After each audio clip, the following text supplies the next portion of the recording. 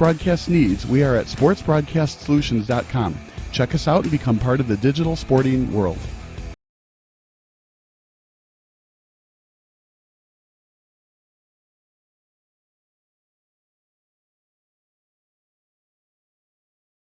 Hey, this is Sarah Greenfalk, owner of PsychEdge. How would you like to learn how to manage your emotions and reactions in order to enhance your performance and be successful in life? I coach and counsel student athletes, performers, and professionals, giving them the mental skills and mindsets to build confidence and resilience. My background in physical therapy, massage therapy, personal training, and 15 years of counseling give my clients an advantage. So if you are wanting to be recruited, perform better, or struggling with life balance, anxiety, or depression symptoms, I will stand by you until we reach your goals. Contact me today, sarah@aimtogrow.com, and be sure to visit my website, psychedge.club, for your monthly blog on mental health, sport, and performance psychology tips.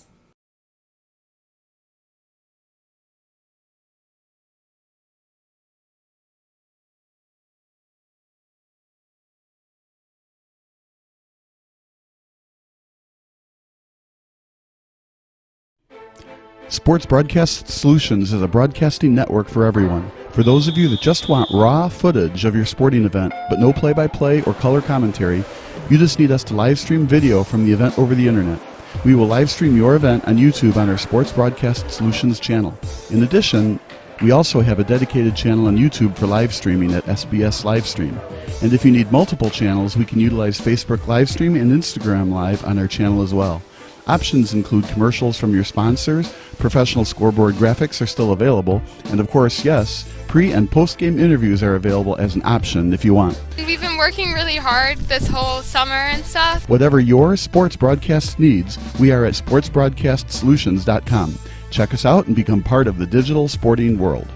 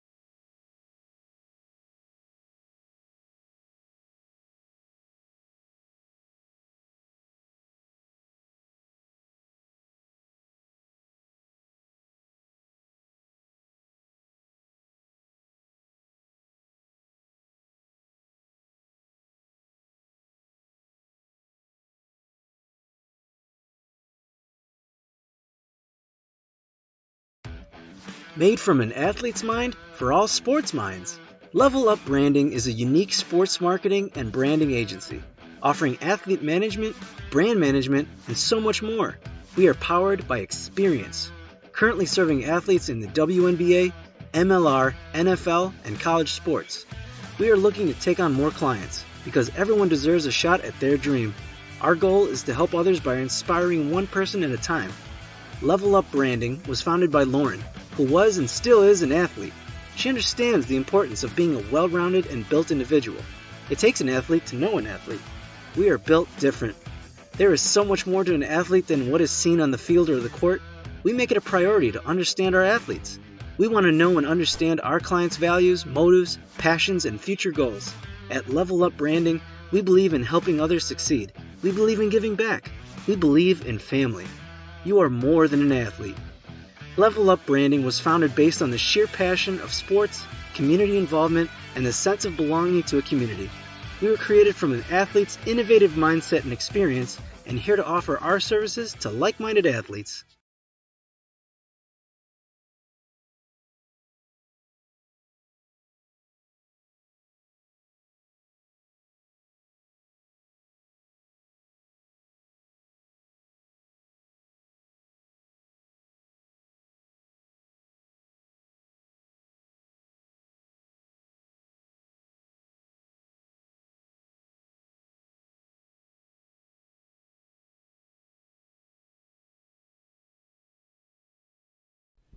Sports Broadcast Solutions is a broadcasting network for everyone.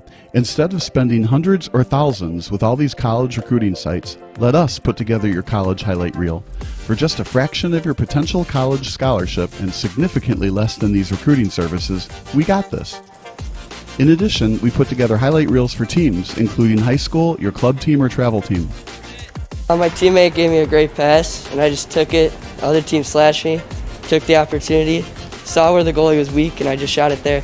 Solon, O'Connor, and Marsh back on defense. And Marsh gets a blowout. We got a breakaway at 2-0. A shot, and it's goal! So 3-3. The power play was officially over.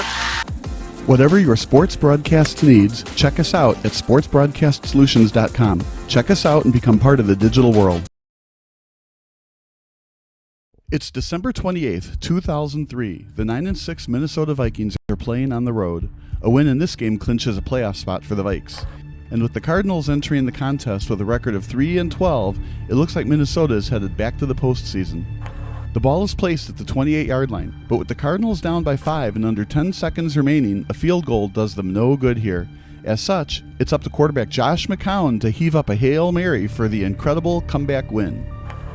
But a lot is happening here. In fact, there was a lot of drama coming into this moment. Next, we need to understand where both teams currently stand. Nothing is ever simple in football, especially when it comes to a Hail Mary attempt. Win or lose, it's coming down to the last play for both teams. And for that, we need to rewind.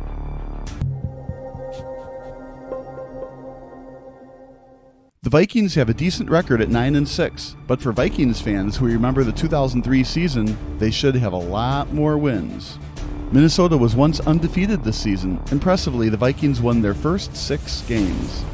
But things started to unravel quickly for the Vikes. After a red-hot start to the year, Minnesota dumped its next 4 in the toilet.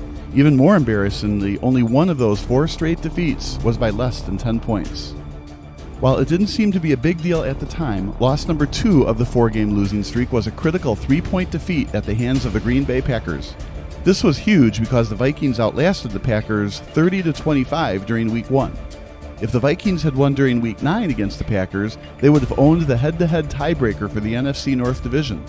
This means that the Vikings wouldn't need to win on the road in Week 17. But the Vikings couldn't take care of business, and the losing continued into Week 12. From 6-0 to now 6-4, now the Vikings are 9-6. And if they could have just outlasted the Bears a couple of weeks ago, they'd be in the playoffs. To the pregame show brought to you by Sports Broadcast Solutions. I'm Kyle Smith, but I don't matter. Joseph Fico matters. The man of the game last week. Joseph, what was going in your mind on that 2-point conversion? Were you the number one option, or was that his third progression on Dustin's progressions on that 2-point conversion attempt? I was the number one option, and going through my mind, it was just like, if I get this ball, I got to capitalize. I got to show people that I could do what I could do. And I got the ball and I capitalized. It was just simple as that.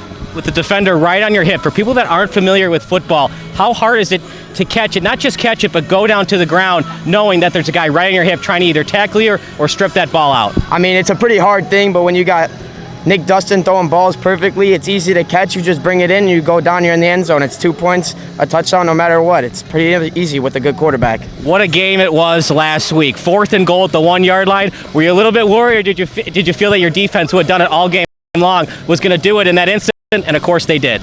I had fully trust in my defense. You know, I've been working with them from offense, and I was also practicing with them on defense.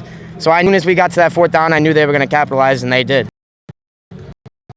Trevor Wozni, what a season he's had, both on the defensive side. How is he able to stay so conditioned to be such a great player from the beginning of the game to the end of it? I mean, it's all season. He's one of the biggest kids on our team. I mean, he puts in the work, and you see the results. That's all it is. Luke Mertens in his first year as head coach, you guys are already up to a 3-1 start.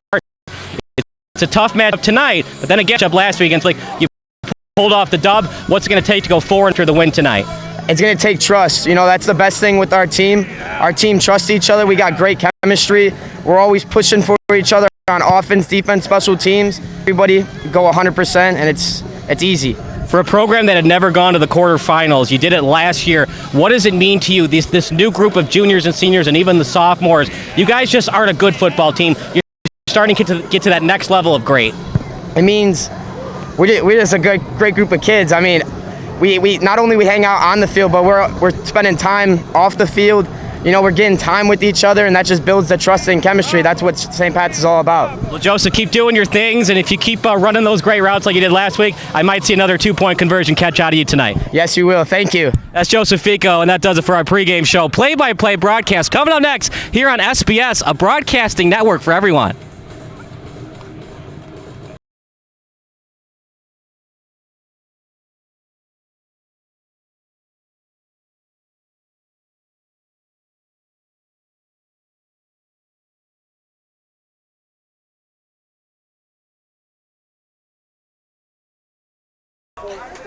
Back to the action at beautiful Triton College Stadium. I'm Kyle Smith alongside Bob Vilsaway for another production of Sports Broadcast Solutions. It's St. Rita against St. Pat's here on SBS. And Bob, this is a St. Rita team that beat Bennett Academy 41-12. They were outscored 6-0 early on in the first quarter. Then after that, it was all Mustangs, a 27-0 run. And they're ranked number 8 in the state. So this team is to be reckoned with. It's going to be an interesting game for sure. If you had to predict who's going to win ahead of time, you have to go with St. Rita, but that's why you play the games. For St. Pat's, they went 3-1 last. They're 3-1 this season with a win in overtime against Marian Catholic. And St. Pat's looking to get past their they went to the quarterfinals last season, Bob, and they're looking to do it again this season as well. It's going to be an uphill battle for that. There's a lot of good teams, clearly. St. Rita, one of them. It'll be St. Pat's football to start the game. By the way, you can rewatch this game as many times as you'd like in both 720 and 1080p. Here comes the kick. That's going to be a touchback against St. Pat's.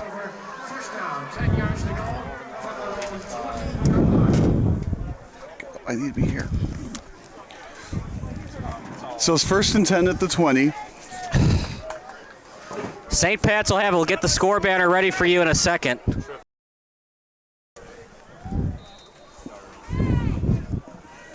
First and 10 for St. Pat's at the 20. They're going to run 4 wide receiver set. Handoff up the middle, and it's a short one for St. Pat's. I like the play. Just run up the middle, spread the defense out, see if they can't hammer the middle a little bit early on and then break one later.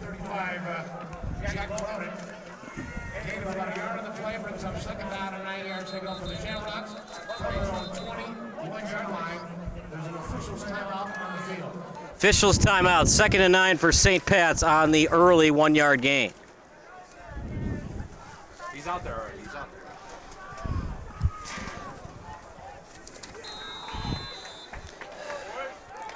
Same formation this time, no running back. 5 wide receiver set. And it's a bad pass from Dustin. That play wasn't going very far, though. It was going to get 3 yards, maybe 2 yards, and he was going to get tackled from behind. So it was good, safe out to the left. 3rd down, 9 yards to go. 11:28 remaining on the clock. We'll get the clock ready for you in a second. St. Pat's ball.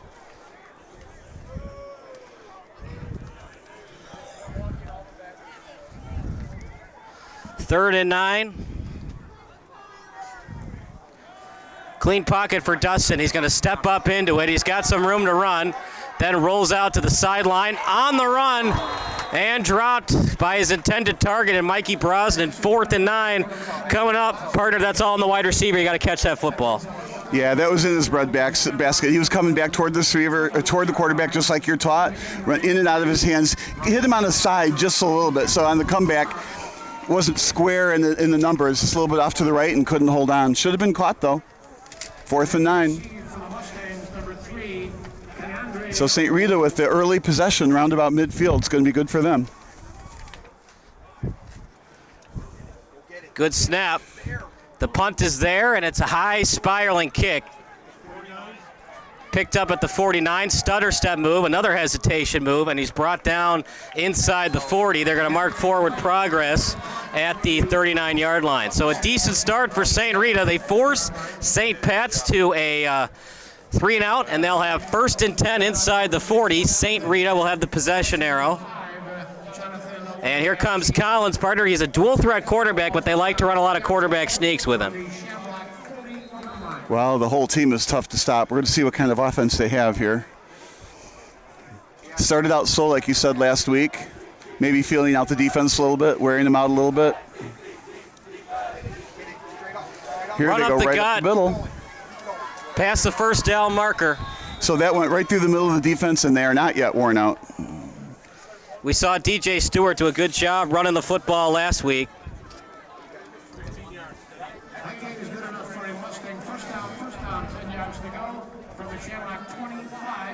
Running the backfield, 3 wide receiver set. Clean pocket for Collins. He's going to roll out, and he'll take it himself. Goes into contact. Inside the 20, they'll mark it at the 19. 1st and 10 for the Mustangs. And it's looking like deja vu all over again, as we saw last week against Bennett. 2nd and 5 on that rollout.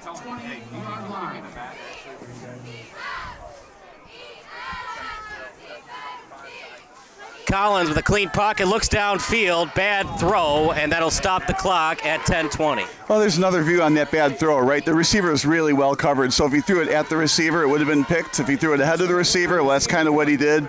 So in that case, that was the only receiver he was going to look at. He was well covered, overthrew him, went back and decided, we'll just see if we can't make this up on 3rd down. I'm guessing they're in 4-down territory here at the 20-yard line. 3rd and 5. They're going to scatter the backs. Pistol formation. Handoff. Not going anywhere. It's a tackle for loss. St. Pat's is there at the point of attack. Now this Leads is away, interesting. 57. They're 4th down. They're bringing in 5 people, so it looks like they're going to kick the field goal.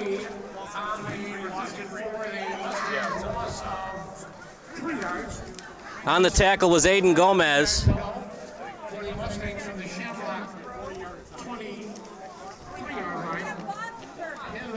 And here comes their kicker, the big boy that's going to the University of Alabama. This is a pretty healthy kick. It's got to make it from 40 yards. Well, when you've got Toddley kicking it, it's most likely going to be automatic.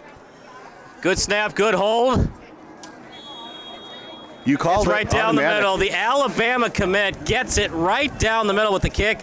It's 3-0 in favor of St. Pat's. We'll take a 30-second break here on SBS, a broadcasting network for everyone.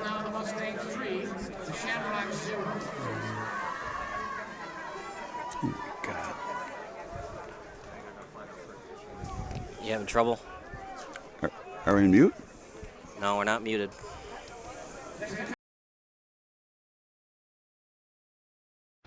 Missing your child's sporting event just plain stinks. But you don't have to worry about that anymore, thanks to Sports Broadcast Solutions. SBS is a live broadcasting network, as well as covering your on-demand needs, recruiting videos, highlight reels, and much, much more. We can broadcast live to any website, and we also post as much on-demand content as you need. For more information about SBS, check out our website at sportsbroadcastsolutions.com. Sports Broadcast Solutions.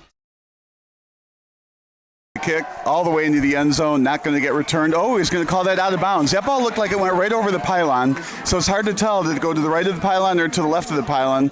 If it's this side of the pylon, it's out of bounds. If it's on that side of the pylon, it's a touchback.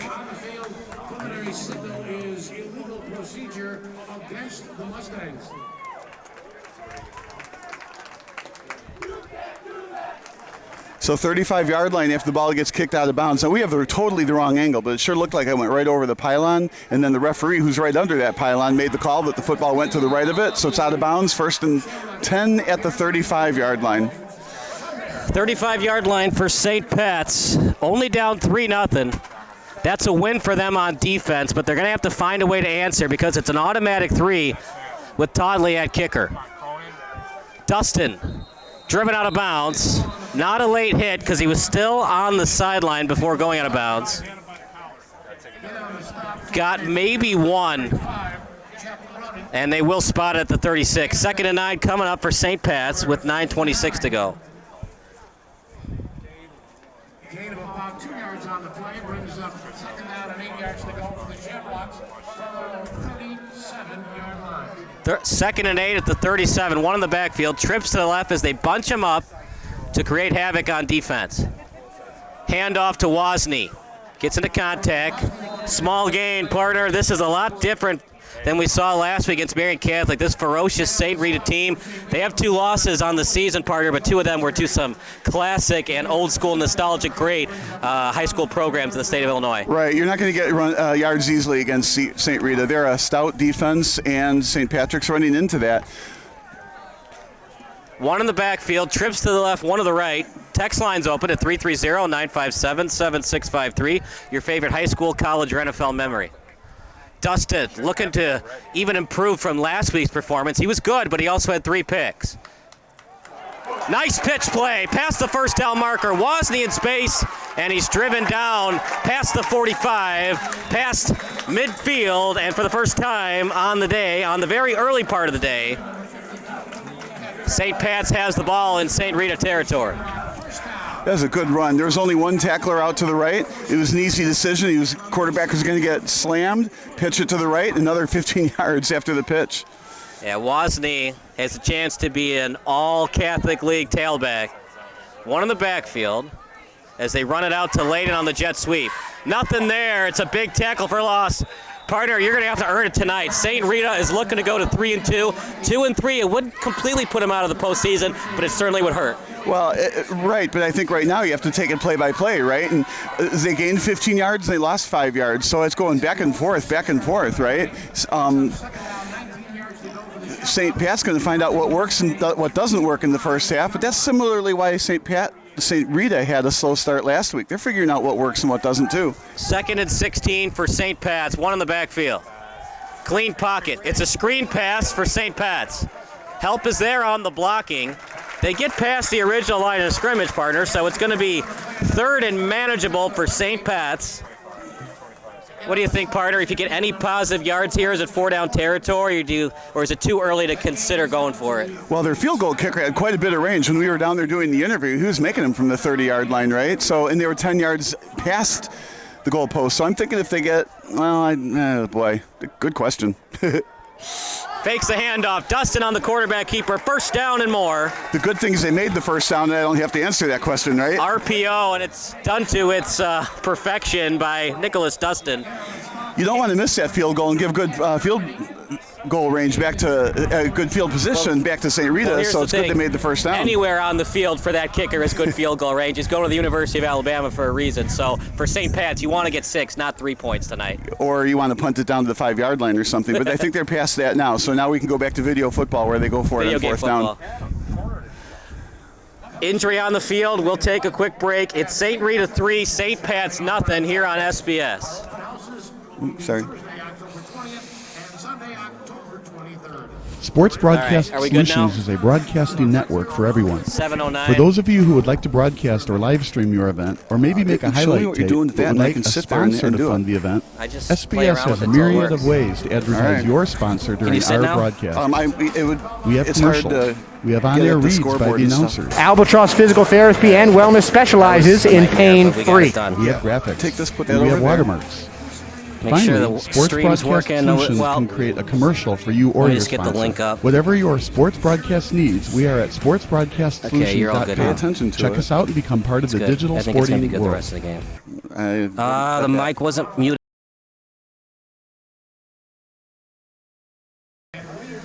Back to the action. It's 3-0 in favor of St. Rita here on SBS. I'm Kyle Smith alongside Bob Vilsaway. And partner, this St. Pat's program, they've been around a long time. It's the oldest all-male Catholic school in Chicago. Last year was the first time they'd ever gone to the quarterfinals. They keep playing like this, partner. They could go to the state semifinals. Well, that's clearly the goal, and you can't knock them for that. They're having a whale of a year so far. It's early, though.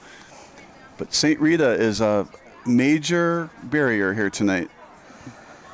Well, the good news is the St. Pat's defense, they held him to 3, so if you can hold him to 3, get 6, you're going to win, theoretically speaking. You just don't want to be in those low-scoring games when you only score 1 touchdown, because St. Rita is more than comfortable getting 3 field goals for the win. Well, right. I'm just looking out at the injury on the field, wondering who that is. That's you don't want to see that early on in the game like this. Key player for St. Pat, 16, is that? St. Pat's proven that they can move the ball today, so that's a good sign for them to be able to win this game today. St. Pat's, if it's 16, that'd be Connor McNaughton. 15 is Nicholas Dustin. It's hard to tell from here. It's 15, Nicholas Dustin, so he has to go out for at least a play. If it's a head injury, it's going to take a while to evaluate. Oh, tell me about head injuries. Yeah, we lost a player at the college now over a week to a concussion. It's probably going to be 2 weeks before that's over with. That was a long wait there. They only have 2 quarterbacks on the roster. Colin Hay, the 5'11" sophomore. Yeah, you can bet a little. Well, you can't bet, right? You can bet it'll be a running play on this down. Ryan Burt is actually listed as a wide receiver, and he's going to take the snaps, at least temporarily. Wozni in the backfield. St. Rita shows blitz. They break through it. It's a tackle for loss, partner. Yeah, that's what St. Rita guessed as well, just to run up the middle. And I get it. Like when you put a backup in cold, it's so hard to ask him who hasn't been warming up on the sideline. But you can't just always run it, the first play of a backup coming in, because they know you're going to run it, right? Well, so, you can go run left, you can run wide, right, you can run up the middle, you can option. But what you don't want to do is risk an interception on the only play he comes in. I get that too, so darn if you do, darn if you don't. But it was a clear running play. Bird's still in the game. And you just wish the best for Dustin. They are passing here, it appears. They're trying to draw him offside. It's 2nd and 14 at the 35. That's a concept, trying to drive him offside and put the guy back in.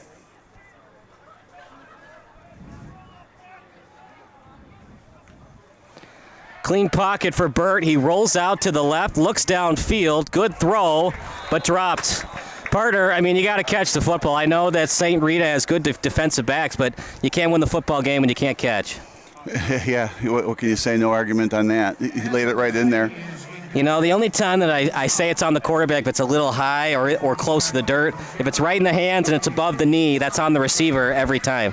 Well, now you got 3rd and 14, and you couldn't even cut that in half in this. You're going to have to throw downfield to get the first down. I'd be shocked if you want to go for it, unless it's like 4th and 1 with a backup quarterback who's not even listed as a quarterback on the depth chart.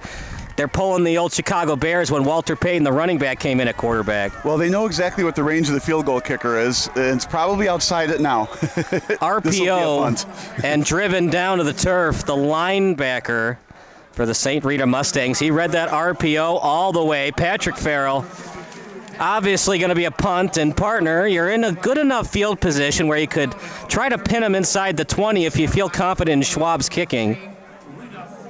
It's only 3-0. Like, it hasn't looked good on offense for St. Pat's here without your starting quarterback, but you're still only down 3-0. And even though St. Rita is ranked number 12 and they've lost to 2 good programs, they've still gotten dominated in those games. So you still feel somewhat confident even with your backup right now. Not a great punt. Not like what they did in the warm-up. It's going to take a St. Rita hop. And remember, it's not where the player is, it's where the ball is. So the ball was going to land at the 26 before forward progress, so they'll mark it at the 26. 1st and 10 for St. Rita. This is also a St. Rita team, Bob, that they like to run it more than pass it. So for St. Pat's, they don't have to worry so much about an up-tempo passing game. They got to find a way, though, to drive back that 250-pound tailback in the backfield. DJ Stewart, he was excellent last week against the Red Wings. RPO. Right up the middle. One man to beat. Jack Fuller's there on the tackle, but it's 1st and 10 coming up for the St. Rita Mustangs.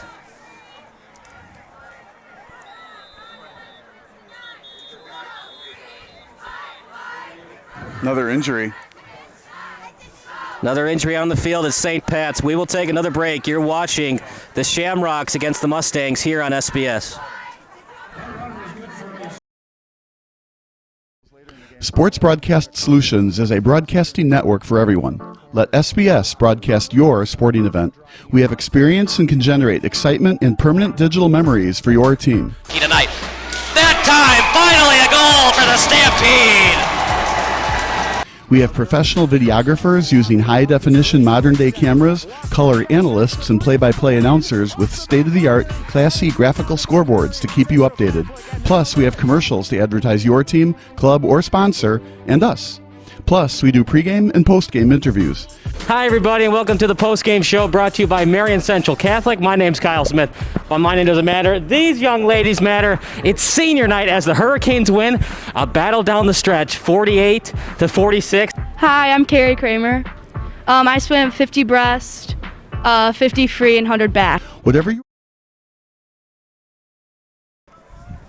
First and 10 coming up for the mighty St. Rita Mustangs against the mighty St. Pat's Shamrocks. This is kind of the game of the week, partner. St. Pat's looking to go to 4-1. They knocked off the undefeated Marion Catholic Spartans in the most thrilling of fashions in overtime. 4th and goal at the 1-yard line for Marion Catholic on a spread offense. They actually ran I formation. They actually called timeout because they're not familiar with running I formation. And then Marion Catholic fumbled at the half-yard line. Jack Fuller recovered it in the end zone, and it was a St. Pat's win in Luke Merton's first year as a head coach of this program. It almost sounds like one of those Cinderella finishes, doesn't it? They were down as much as 25-18. Actually, it was 12-3. And a block in the back call disallowed Marion Catholic from having first and goal at the 8. They had to punt on that possession, so could have easily been 19-3. St. Pat's holds on. They could have won it in regulation, but they forgot to call timeout at the 10-yard line. But they found a way to win in overtime. They got the forced fumble at the goal line. Jack Fuller back into the ball game for the St. Pat's Shamrocks. So you wonder how somebody forgets to call timeout with 7 seconds to go in the game. Well, sometimes the head coach thinks the quarterback's going to do it, the quarterback thinks the head coach is going to do it, and then nobody does it. Lack of communication, partner. Always got to be on the same wavelength, and it's not practice makes perfect, but perfect practice makes perfect. 3 wide receiver set, 1 in the backfield. And they're going to run the fake jet sweep quarterback sneak. St. Pat's read it all the way. A short gain for the Mustangs. That was quite some good ball handling there because these eyes got faked out in that play, and that doesn't usually happen. Some excellent ball handling. Second and about 6.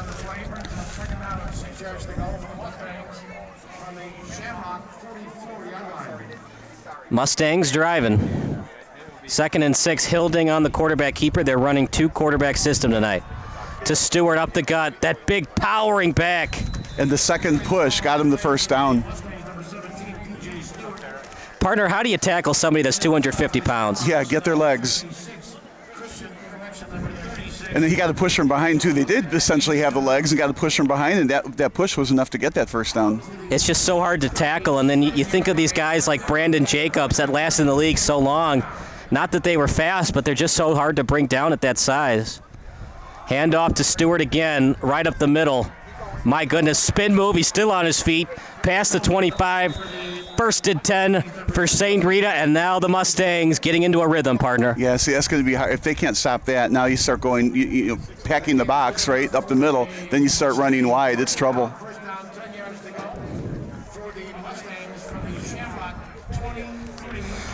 First and 10 of the 23, text line open at 330-957-7653. Handoff. No, it's a fake again by Hilding. He's so good at that on the RPOs. Close to the first down marker, about 1.5 yards short. Fuller back in. And subbing in for Ryan Burt. So 2 plays ago, my eyes got deceived, and this play, your eyes got deceived. Again, that's just excellent ball handling from St. Rita. That's uncommon to miss a handoff like that from here. 2nd and 2 at the 13-yard line. 1 in the backfield, 3 wide receiver set. Handoff, wide open hole Partner, you could have run through that hole. That was just great blocking by the guard and left tackle. Yeah, I might have been able to get through the hole, but not as far as he did. Hey, aren't you a power back? Not known for your speed, but known for your power? I don't think I'm known for either.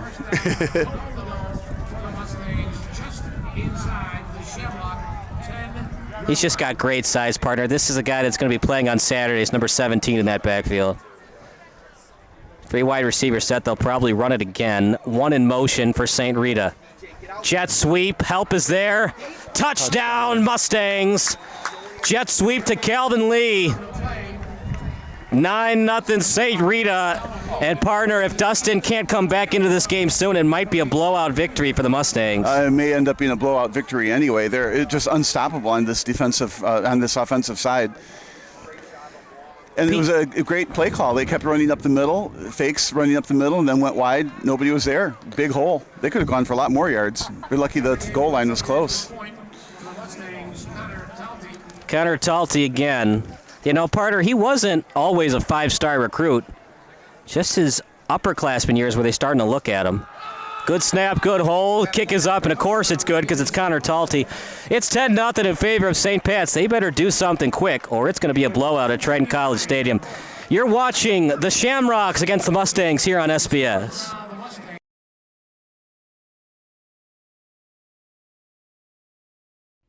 Sports Broadcast Solutions is a broadcasting network for everyone. For those of you who would like to broadcast or live stream your event, or maybe make a highlight tape, but would like a sponsor to fund the event, SBS has a myriad of ways to advertise your sponsor during our broadcasts. We have commercials. We have on-air reads by the announcers. Albatross Physical Therapy and Wellness specializes in pain-free. We have graphics. And we have watermarks.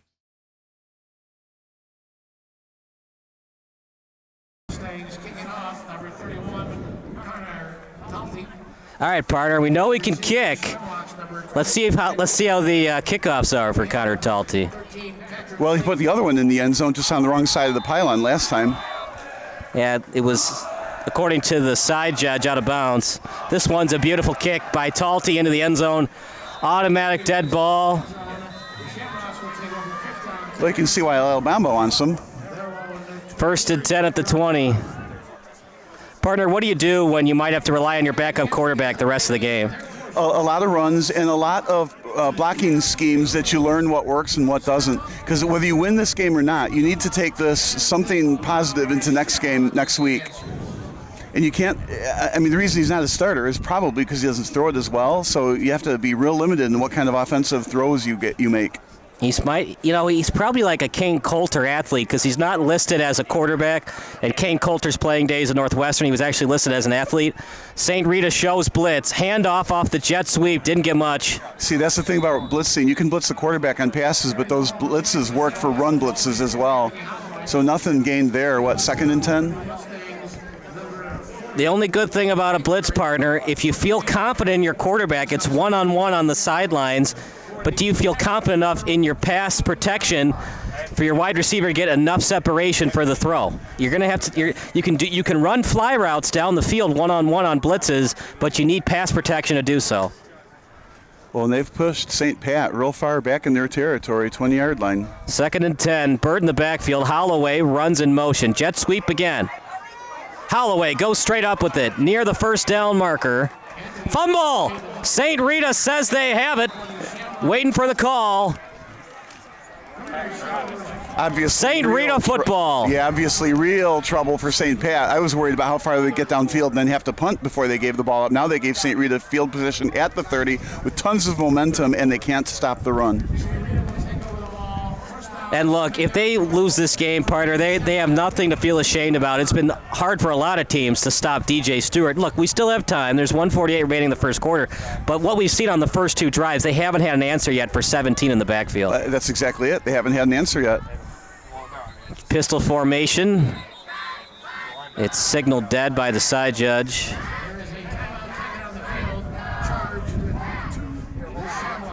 Shamrocks call a timeout. We'll stick with the action. So a third possession, I like to count possessions, not just, the score 10-0.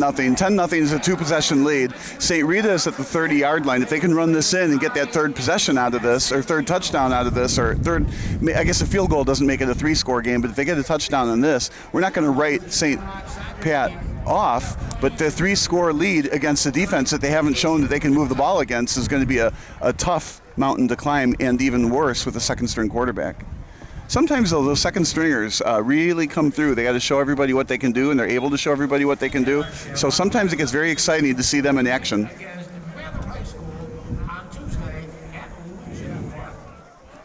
If you missed any of the action, just hit that rewind button. You can watch it as many times as you'd like. We're pre-recording tonight in both 720 and 1080p.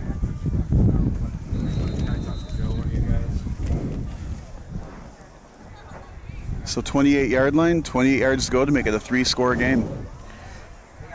Pistol formation. Handoff. Up the middle that time. St. Pat's with the stop. That's another way Stewart. to get back into the game. Stuff them at the middle, force them to go wide, get them to punt, or maybe try a long field goal that goes wide left and get the ball back. Second and 9. Getting close to the end of the quarter, under 1:30 to go. Yeah, hey, Joe, we got One in the slot, 3 wide receiver set. Shamrocks looking to show his own defense. Fakes the handoff, quarterback keeper, right into contact, close to the first down marker. Collins again, partner, they're so creative of what they're doing with their running game. Sometimes it's pistol, sometimes it's one in the backfield. They're always giving St. Pat's different looks on their running plays. They sure are, and obviously you still have to cover the receivers. The most they're going to get there is man-to-man, and then that could end up wide open later with a good play-action fake. But right now, they just can't stop them on the ground. So if I'm St. Rita, keep it on the ground. 2 wide receivers, probably going to run it again. 3rd and 3. Okay, snapped. Stewart again. He broke through a tackle, past the first down marker. St. Rita in business, getting closer and closer to 1st and goal. Yeah, I don't know if this is a first down or not, is it? They are moving the chains. Moving the chains. Yeah, that was that second effort again. Same as before. He got just short of the first down marker, got a second push, and fell over the first down marker. And partner, how big was that win last week for St. Patrick? If they lose tonight, they're only at 2 losses. If they had lost tonight and then lose last week, it'd be 2 and 3. Right up the middle. Again, these are large chunks of ground game. That was about 7 yards there. Partner, since Burt isn't listed as the backup quarterback, if this game starts to get out of hand, would you still want him to run plays, or do you want to give Colin Hayes some snaps in case he has to play next week for St. Patrick? Handoff to Stewart. Barely touched, late flag, might be a hold against the Mustangs. We'll wait for the call. Right as halftime as well. First quarter ended, not halftime. First quarter, yeah. If I'm the coach, I think I might leave the backup in. It's a break for St. Pat's, and we will take a break here on SBS, a broadcasting network for everyone. Yeah, I know. I know.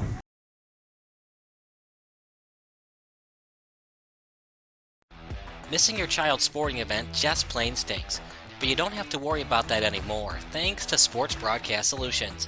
SBS is a live broadcasting network, as well as covering your on-demand needs, recruiting videos, highlight reels, and much, much more. We can broadcast live to any website, and we also post as much on-demand content.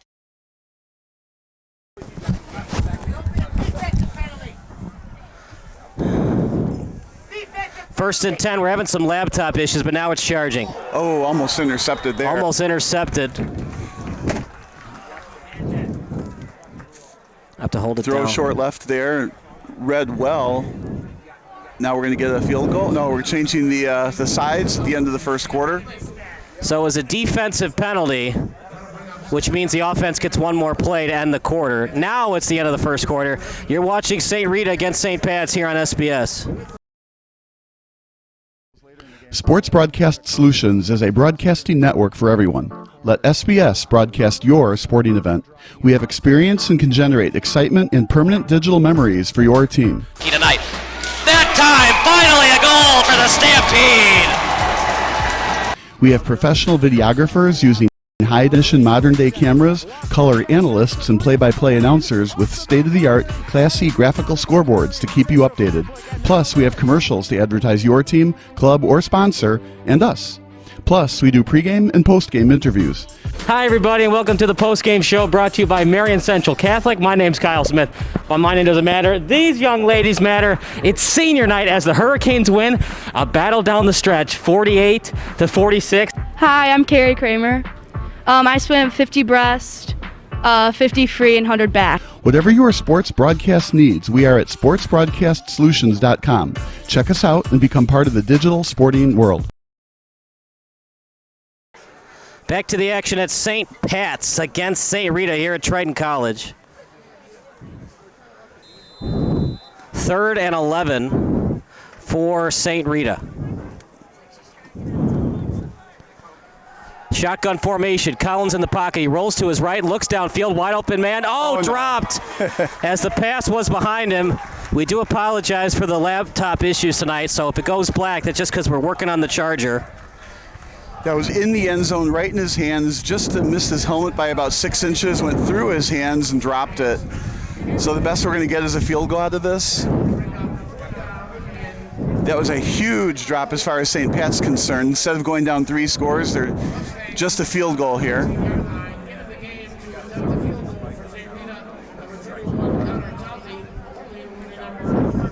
This is a chip shot for Connor Talty. Ball placed the 15. It's about a 32-yard kick. Good snap, good hold. Talty right down the middle, through the uprights. It's 13-0 St. Rita. And partner, if this game continues, I think we have an idea who we're going to have in the postgame show. Yeah, try to get the kicker. That'll work. I mean, he's their MVP. He's got 7 of their 13 points. He sure does. 13-0 Rita. We'll continue on with the action. I don't know. I think it's just one of those days for St. Pat's. I mean, it's still early, partner, but I haven't seen any consistency on offense. They're with their backup quarterback. Stewart's going right down the middle on the shotgun runs. Yeah, exactly. And that you couldn't have given a better synopsis of the game so far right there. 2 scores, not 3 scores at least, that by holding them again a second time to just a field goal. But right now, St. Pat doesn't have an answer for how they can move the ball. Last time they fumbled, that didn't help. But even if they didn't fumble, and okay, they punted downfield 30 yards, right? St. Rita still looks like they can't be stopped. Talty on the kick. It's a beautiful kick right down the middle.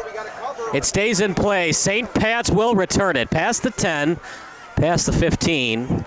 Some pushing and shoving after the fact. St. Rita wants a personal foul, but you know what? It's football. It's a rough game. The officials are going to let them play on.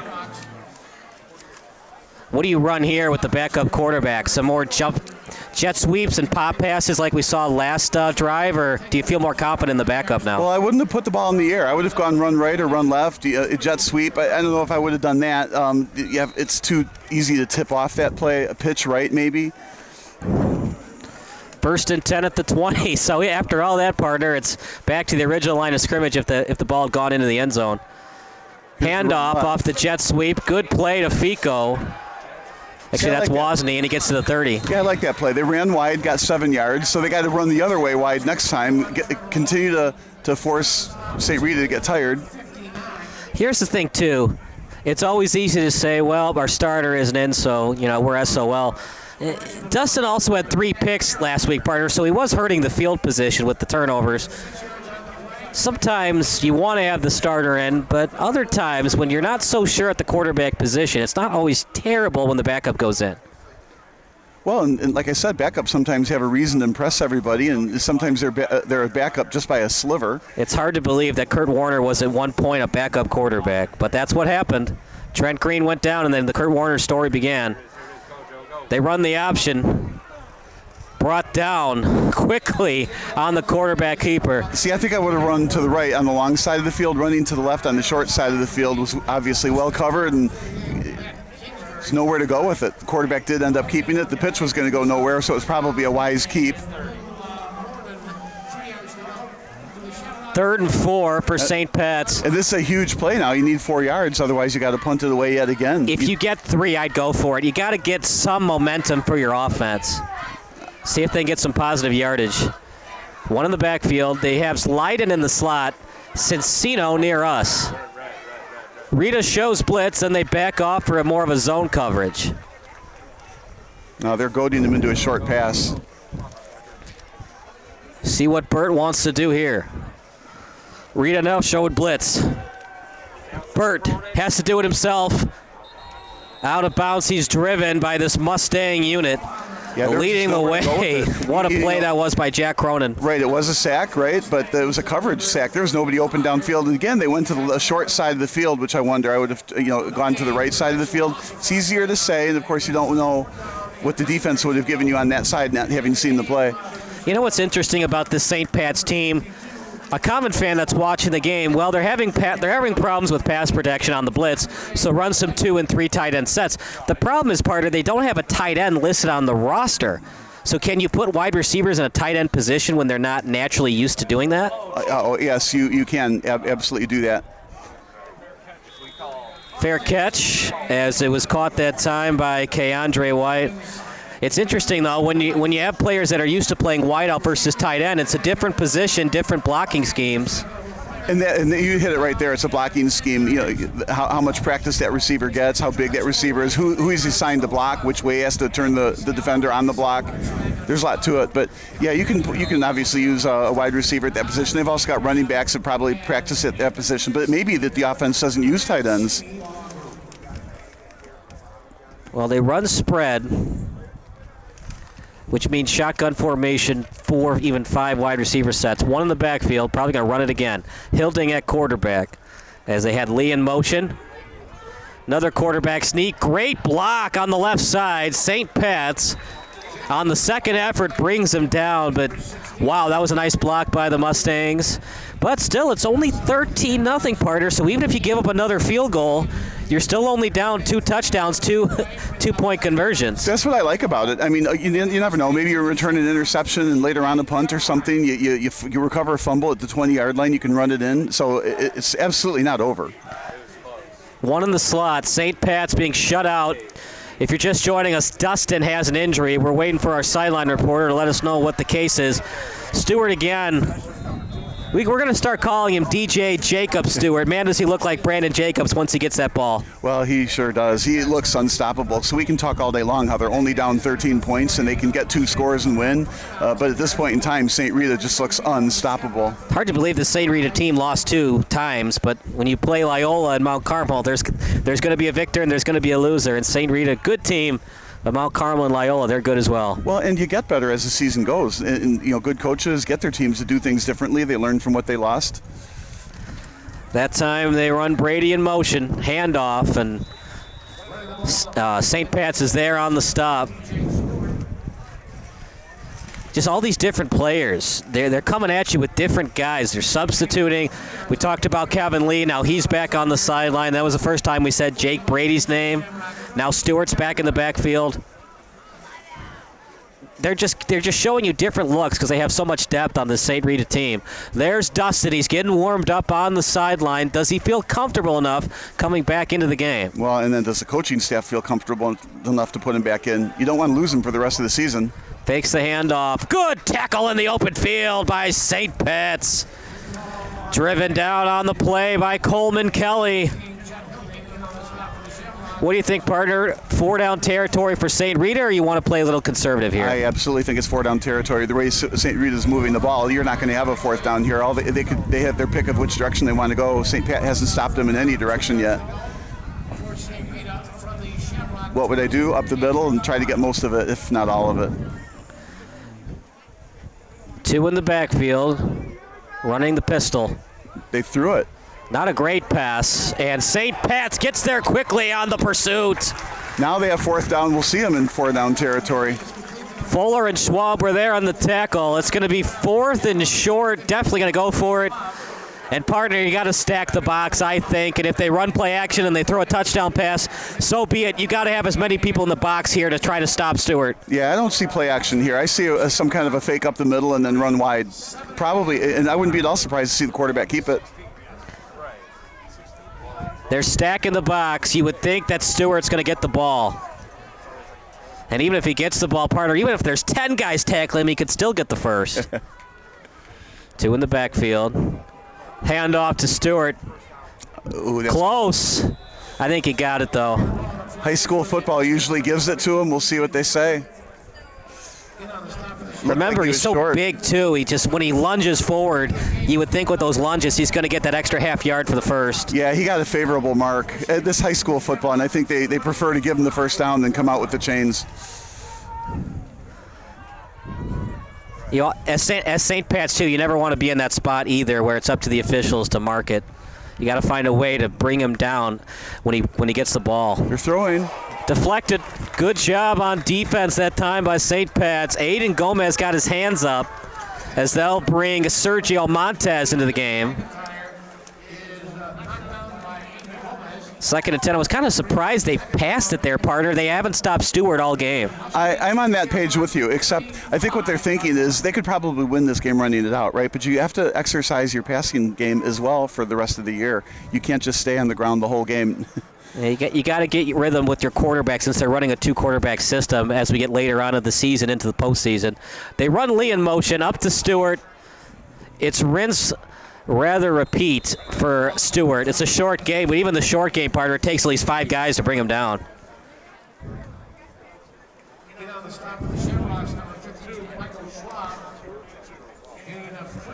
And you got to wonder, too, partner, they have to go against Tyler Lofton, an all-state tailback from Marion Catholic. You think they're a little bit tired and drained from last week's overtime victory? Well, I don't know that last week tires you out. You have a whole week to recover, and, of course, you're practicing the whole week, and you get your, you get up for the game. So I don't think being tired is a factor. Rolling out to the left, looking downfield. He's got wide open space to the right. Hilding with it. Great open field tackle by the St. Pat's defense. That time, Johnny Crawford.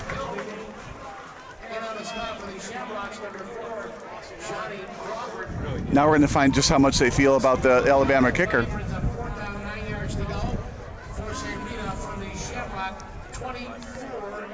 I don't see Talty yet. There he is. So it's a 34-yard kick.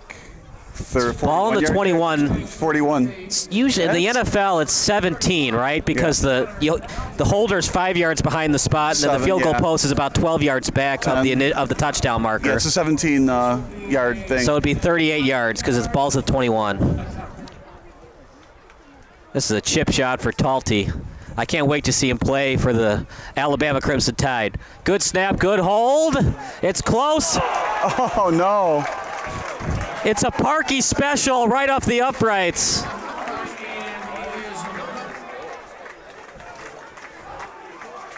What an exciting kick. Well, this is that situation where you just needed one more yard on the ground, let's say, and then that ball would have been through the uprights.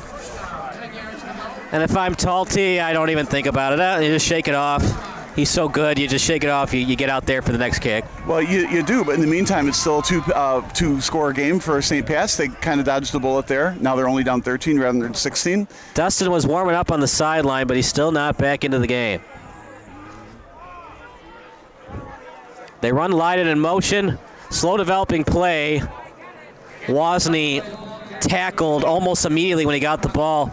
Partner, they're having trouble with their pass protection. On those misdirection plays, do you want to avoid running them because they're having trouble with the pass protection? I am totally on board with that. Yeah, you got a quick pitch right, quick pitch left. You got to get outside that rush up the middle. And you got to get outside that rush quickly. Option runs. And you're right, partner. You can't risk injury with Dustin. You need him later on in the season. Here's a screen pass to Holloway. Might have been tackled before he made an attempt on the catch. Well, there's a flag that's out there. There is a penalty marker on the field. Preliminary signals holding against the Shamrocks. I'd decline it if I were St. Rita, but I'd take the yards. Yeah, I agree. I would decline it. Declined. 3rd down and 9 yards to go for the Shamrocks from around 21 I haven't seen anything from Ryan Burt that shows me he can convert on 3rd and 10 here. Well, that's definitely a strategy. You got 1 down to get 9 yards, or you got 2 downs to get the 19 yards. Well, they gave him a yard. It's 3rd and 9. 4:09 to play in the first half. It's been all St. Rita tonight. Talty missed a kick, though. Good pass, close. That's going to be as close to the first down marker as the other play was going the other way. Let's see if they give him the first down here. Bob, I think you got no choice. I think you got to go for it here. Well, if you're about an inch away from the first down, I think they're going to give it to him.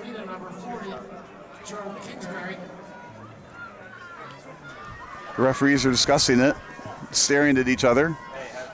And if you're St. Pat's, if you keep having to go to 4th down, you're going to have to think about running clock and make St. Rita call timeout. St. Rita still has all 3 of their timeouts remaining. Well, they're going to call it short.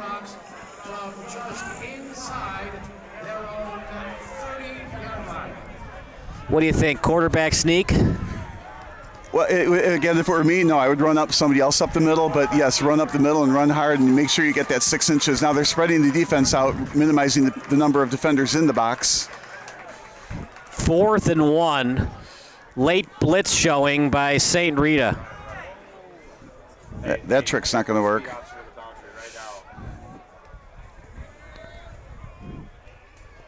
St. Pat's taking their time. Handoff, got it. Barely, but he did get it. And that was the right play to run, right up the middle. The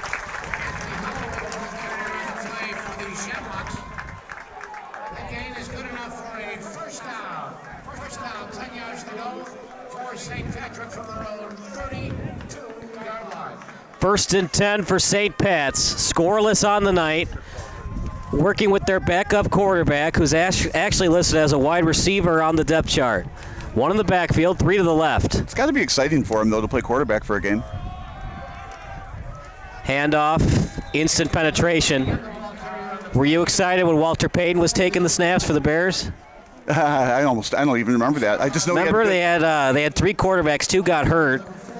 And I think Rusty Litch was the 3rd option at quarterback. Yeah, I got to say I don't remember that. I just know that Walter Payton had such a high percentage of touchdowns when he would throw them on those running back options. I think the Bears were down like 38-0, and the coach before Ditka, he was running some jet sweeps and Wildcat with Walter Payton. 2nd and 12. It's been really tough for St. Pat's tonight on offense. My guess is Payton liked that, enjoyed it a lot. The change of pace, if nothing else. Rolls outside the pocket, looks downfield. Got it. That'll get some confidence in your backup QB. And he rolled left, too, and still made a good throw back to his right. I don't think he made the first down. Let's see. 3rd and 1. There's that man again, Joseph Fico. He's just always there for clutch catches. He had the 2-point conversion catch last week for the tie. 3rd and 1. After this first down, you would assume that St. Rita is going to call some timeouts if they can get the ball back. Yeah, the clock is starting to get past them a little bit here. They got to get this first down first, though, clearly. Now, last time they ran up the middle, and St. Rita really stuffed the line here. Can you get enough pass protection to do a play-action pass? It's man-to-man coverage. All you need is a yard. Some of the receivers are pretty far away from them. Have not taken a shot all game yet. 4 wide receivers set. They're going to pass this time. They're going deep. Not a good. Do not like that play call one bit, partner. 3rd and 1, and they run the little out route. Yeah, I think they're going to have to punt now. I think you go for it again. I mean, you haven't shown anything on defense that you can stop Stewart. It's almost an automatic field goal whenever St. Rita gets the ball. Well, except in this case, they're going to need a minute 18. They're only going to get a minute 18 to score that field goal or a touchdown. They are punting. All right, well, it's not a terrible call. I personally would have gone for it, try to give Burt more confidence, but St. Rita, remember, has all 3 timeouts, and on a first down, it stops the clock briefly. Well, decent kick. Oh, that's a nice punt. Good return that time for St. Patrick's Cahill. Stop and start move. Past the 40. They're about 57 yards away from the end zone. On the stop for the Shamrocks, number 5, Jonathan Wakabayashi. That kickoff is returned out to the St. Rita 43-yard line. They will take it from there. First down and what they were trying to do is preserve just the 13 points that they are behind. If they had not gotten the first down there and given St. Rita the ball on that side of the field, it could have been real trouble.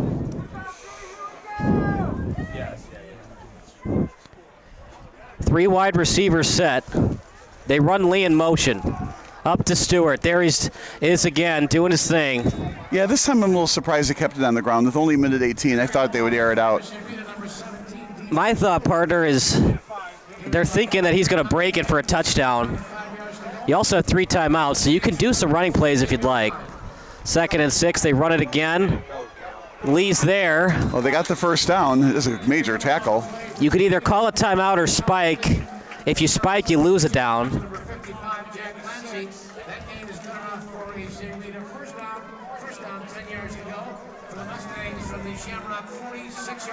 Ball at the 46. Clean pocket for Collins. Looks downfield. Good coverage that time by St. Pat's. Yeah, the coaches here were saying the receiver was wide open. That was a diving attempt at that ball.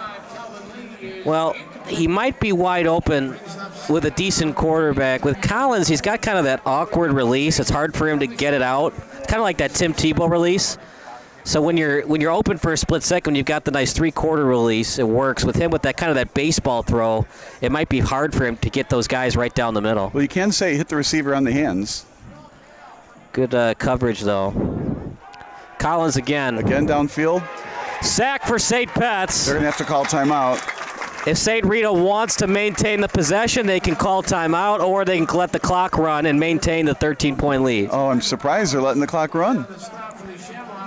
You also need to know how far can Collins throw it. Now, the clock would stop on a first down, but why risk it? You're up 13 points. St. Pat's hasn't shown anything on offense in the first half, and that will do it. Yeah, they'll just take it to halftime with a 13-0 lead. It looked like both teams are content with a 13-0 score going into halftime. 13-0 lead for the Mustangs. You're watching the Mustangs against St. Pat's here on SBS.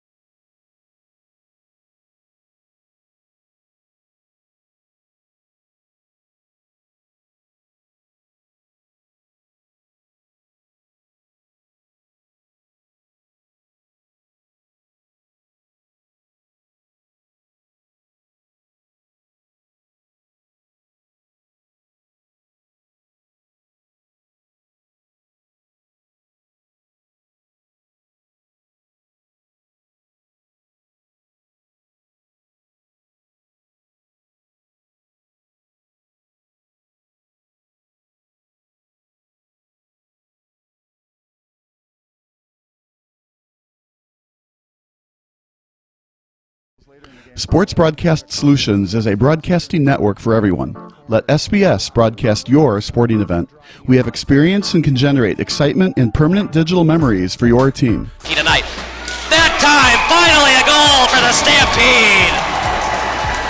We have professional videographers using high-definition modern-day cameras, color analysts, and play-by-play announcers with state-of-the-art, classy graphical scoreboards to keep you updated.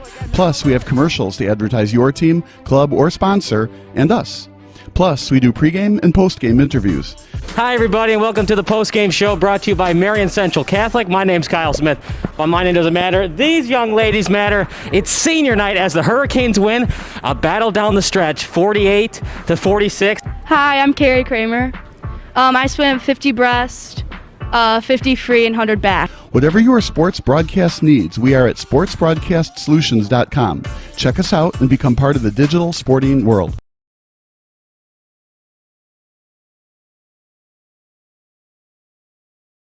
This is Sports Broadcast Solutions, a broadcasting network for everyone. Check us out at sportsbroadcastsolutions.com and become part of the digital sporting world.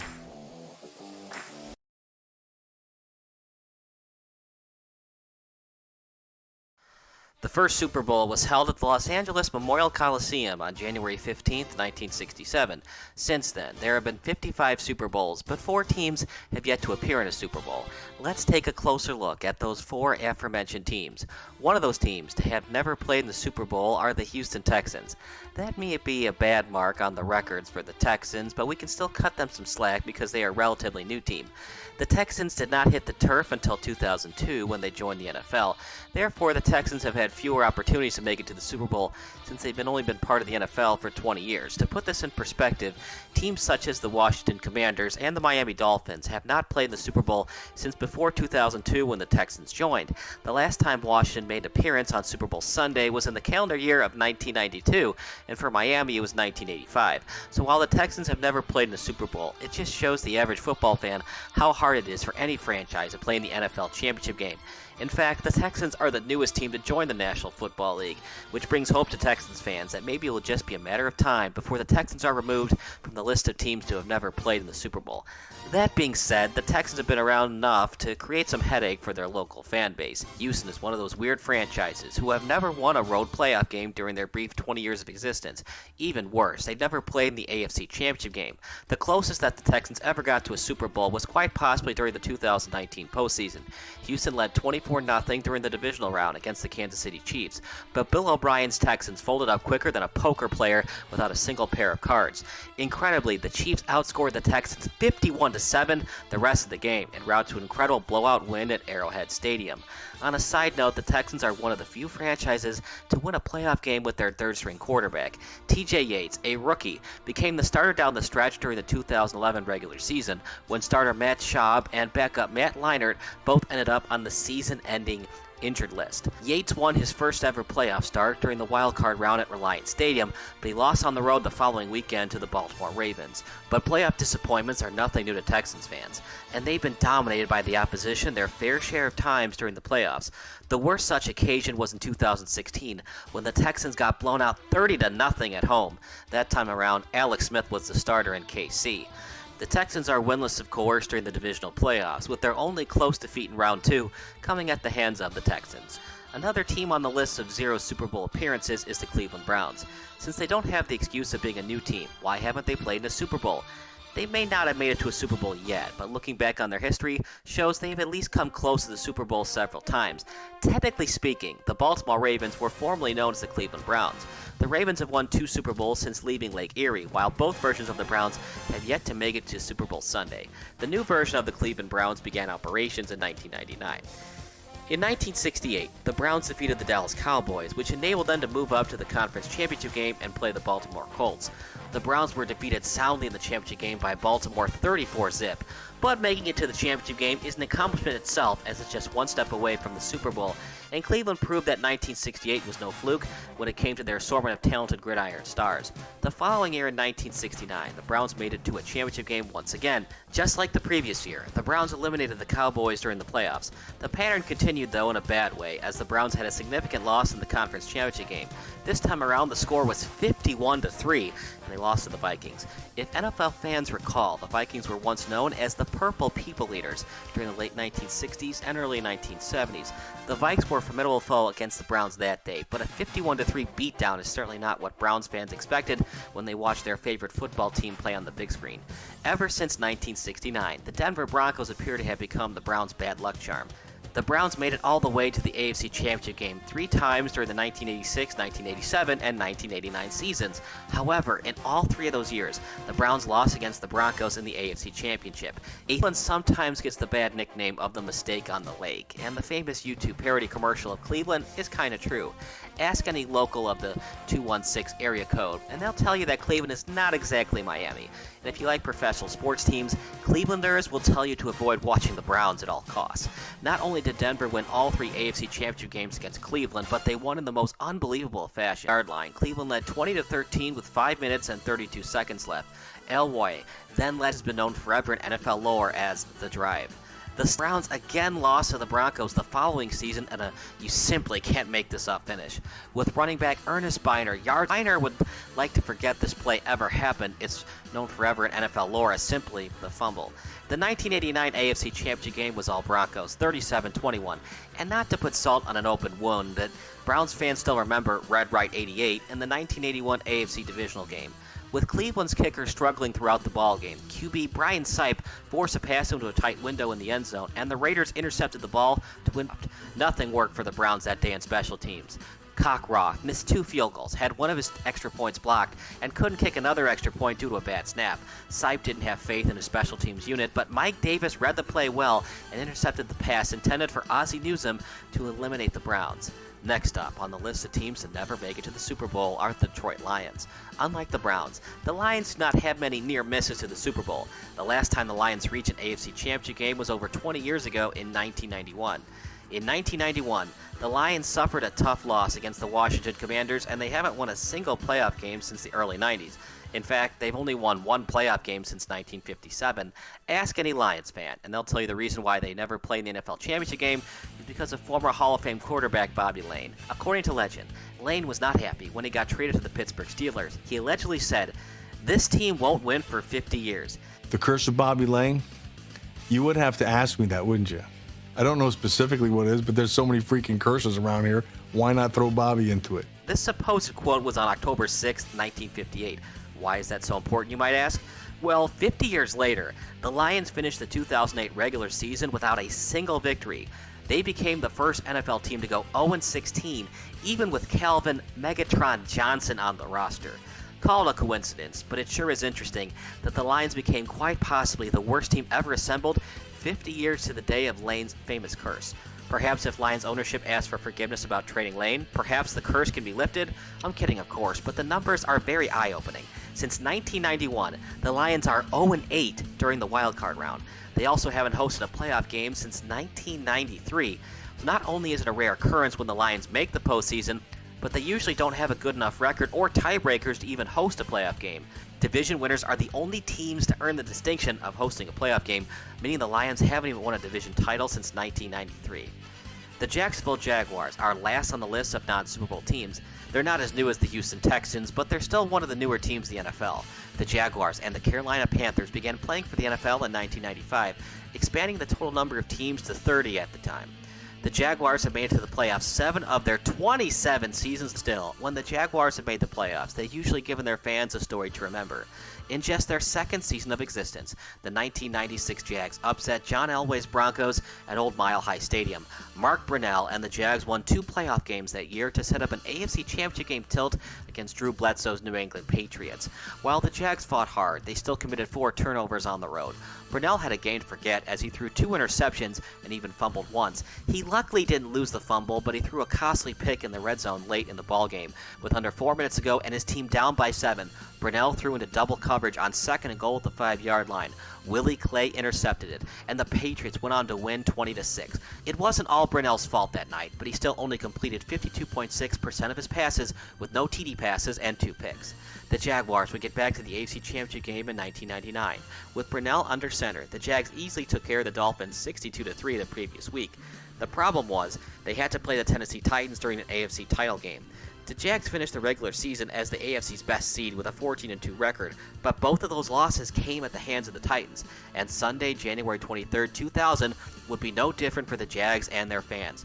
Tennessee, who had already dismantled Jacksonville 41-14 on December 26, picked up where they left off with a crushing 33-14 no-doubt win against their divisional opponent, although the Jags played at home. Brunell's knees were clearly bothering him, as he had to wear braces on both of his knees. He clearly wasn't at full strength, and it showed. He threw 2 picks, including another one in the end zone. He also fumbled twice and lost a fumble. Not really his fault, but he also got sacked in the end zone for a costly safety against his team. Jacksonville actually led 7-0 and then got outscored 33-7 to fall short of a Super Bowl appearance. The Jaguars would not win another playoff game until David Garrard became the starting quarterback, after winning the wild card thriller against Ben Roethlisberger's Pittsburgh Steelers in Pittsburgh. The 17-0 undefeated Patriots knocked off the Jags at Gillette Stadium during the divisional round. Coming into the 2017 AFC Championship game, Blake Bortles was now the starting QB for Jacksonville. This time around, Jacksonville was known by their defensive nickname Saxonville, with their offense being more of a running attack than an air attack. Jacksonville came into the game 0-2 in New England all time during the playoffs, and they were hoping they could upset Tom Brady's Pats as a 3 seed and advance to its first ever Super Bowl. Jacksonville led by as many as 11 early on, and they led 20-10 early in the fourth quarter. Linebacker Miles Jack recovered a fumble by Dion Lewis and could have run it the other way for a touchdown. After further review, the officials determined that Jack was touched when he was still on the ground. The replays didn't seem to be conclusive, but the officials made their call. It was a huge decision, as Jack's touchdown would have made it 27-10. Instead, the Patriots got the ball back on a Brad Nortman punt and only needed 2 scores to win the game. Tom Terrific Brady and the Patriots did what they do best: get it done during the clutch. Brady smelled blood after Jack's possible touchdown was called back. Brady's Pats drove 85 yards to the Jaguars' end zone in under 4 minutes. After the Jaguars couldn't do anything offensively, Brady made the best of the short field by leading the offense 30 yards for the go-ahead score. With under 3 minutes left, Bortles led the offense to the New England 38-yard line, but Kyle Van Noy's sack of Bortles pretty much did in Jacksonville, and the Pats would run out the clock on some excellent run blocking. Just like that, the Jaguars fell to 0-3 all-time against the Pats in the playoffs and once again missed out on playing in the Super Bowl. That concludes the list of teams to have never played in the Super Bowl. What are your thoughts on those 4 teams? Do you think any of them are on their way to a Super Bowl anytime soon? Who do you think will be the first to be removed from the list of teams to never play on Super Bowl Sunday?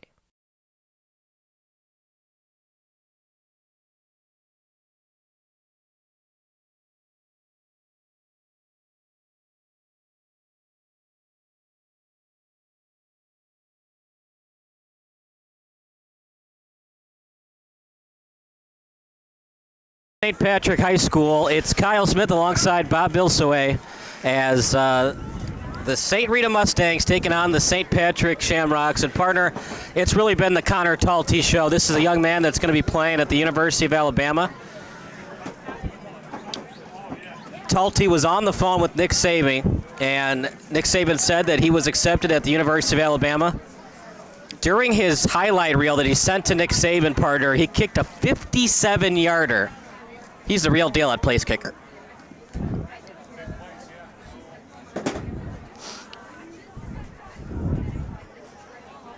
And according to St. Rita coach Todd Kuska, he said that he didn't think that Talty would become a 4-year player at the University of Alabama.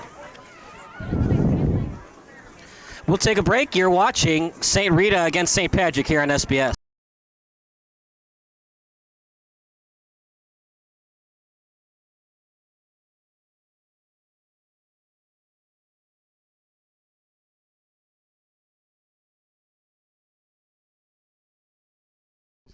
Sports Broadcast Solutions is a broadcasting network for everyone.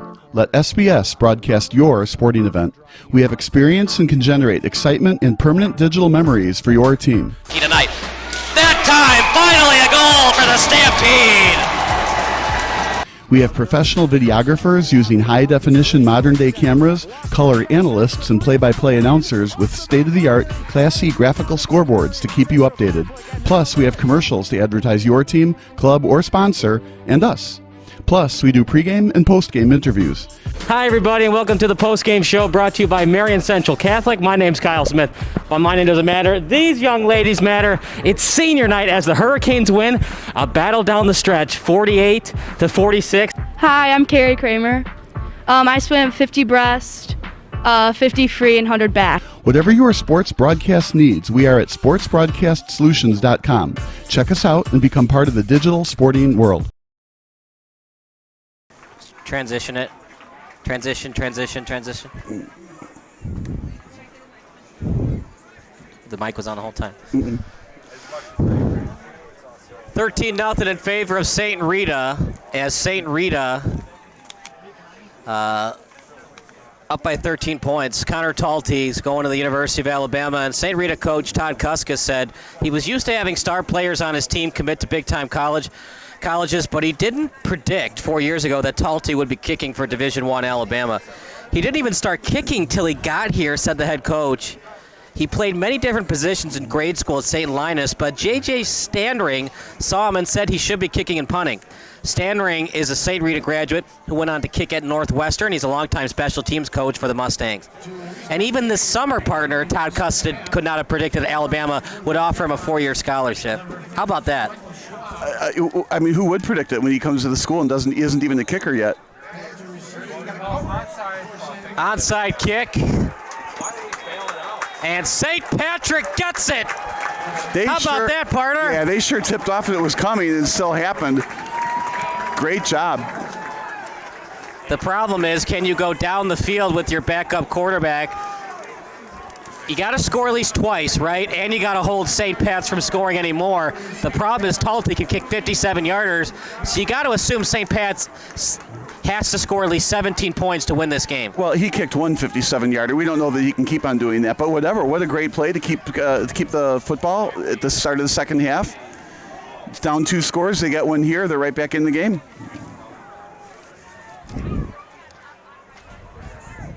Ryan Bird, it's a pop pass behind the line of scrimmage. There's that ferocious St. Rita team. Shout out tonight to Denise watching from Nevada. We appreciate you watching. SBS will be in Nevada in a couple of days.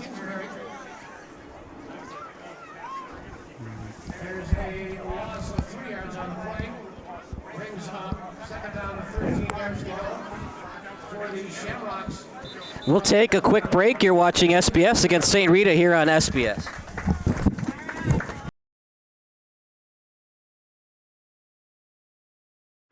Missing your child's sporting event just plain stinks. But you don't have to worry about that anymore, thanks to Sports Broadcast Solutions. SBS is a live broadcasting network, as well as covering your on-demand needs. St. Rita against St. Pat's here on SBS. Shotgun formation. They're going to split the wide receivers, one in the backfield. Ryan Burt in the game now. Looks downfield, bad pass. Partner, I don't like those sideline passes because you got a guy coming into the game not used to playing the quarterback position, throwing into tight windows. He doesn't have a lot of space to throw it to because it's right by the boundary. Well, and that's the thing. They've been throwing to the short side, making him roll left, yet throw with his right hand. I would think, especially for a backup, you would roll right and throw right. Of course, you pull a guard or a tackle or something to give him some protection on that side. I'm a little bit surprised as well. They're going to do 3 wide receivers to the right to bunch the formation. Sincero in at tight end. Clean pocket for Burt. Sidearm throw. Sincero on the reception attempt. He dropped it. That's the 3rd drop by St. Pat receivers tonight. 3rd and 12. What I did like, though, he was looking left, and then threw right up the middle. Kind of like a Stafford thing. Stafford looks one way and throws the other, and that's what throws defenders off, and he did the very same thing. Well-coached play there.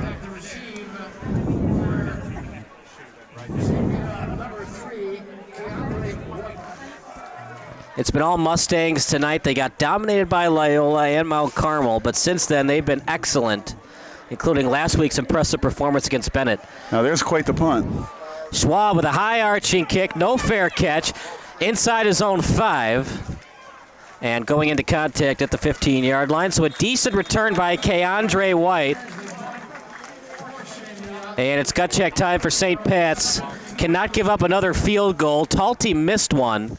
16-0. You're still technically in the game, partner, but it would take 2 touchdowns, 2 two-point conversions. Well, let's review what happened after the onside kick, right? They would have kicked it not quite to the end zone, would have returned it back somewhere around the 25, maybe the 30-yard line, but now they've got the ball at the 17-yard line, so at least they got field position out of that onside kick. St. Pat's, with their starter in Dustin, they put up 55 points against Marion Central Catholic, but without Dustin tonight, they're shut out. Right up the gut with Stewart. Look at that stiff arm action, my goodness. And that time they actually run it to the wide receiver. They use Stewart as a decoy and they run it to 84, not on the roster. No, sorry, 84, he's also not on the roster. I had both St. Pat's and St. Rita's, no 84 on the roster. Right up the gut. This is trouble. One man to beat, and big time tackle to avoid the touchdown. Again, right up the middle.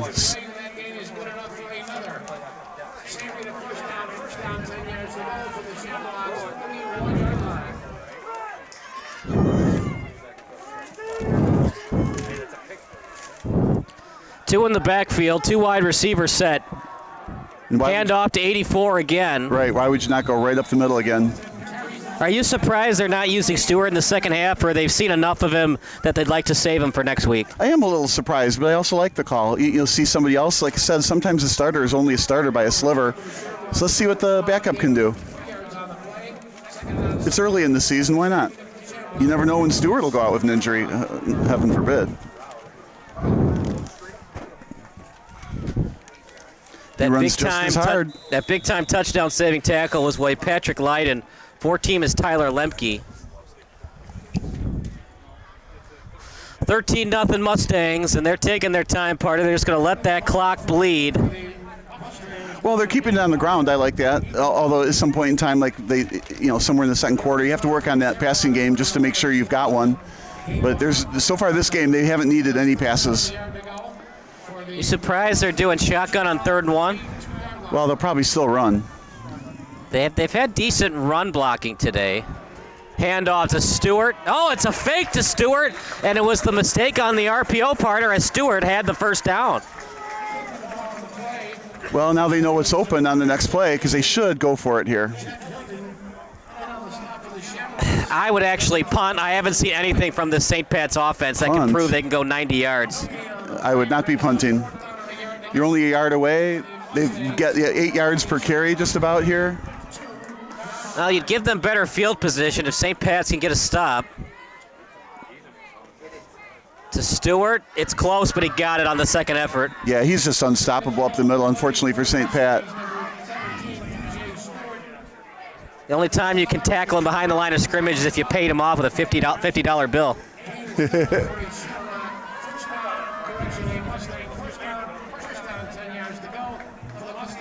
You got to think a touchdown here by St. Rita would put it away. 2 in the backfield. They hand it off to 84. No name is tackled behind the line of scrimmage. 2-yard loss.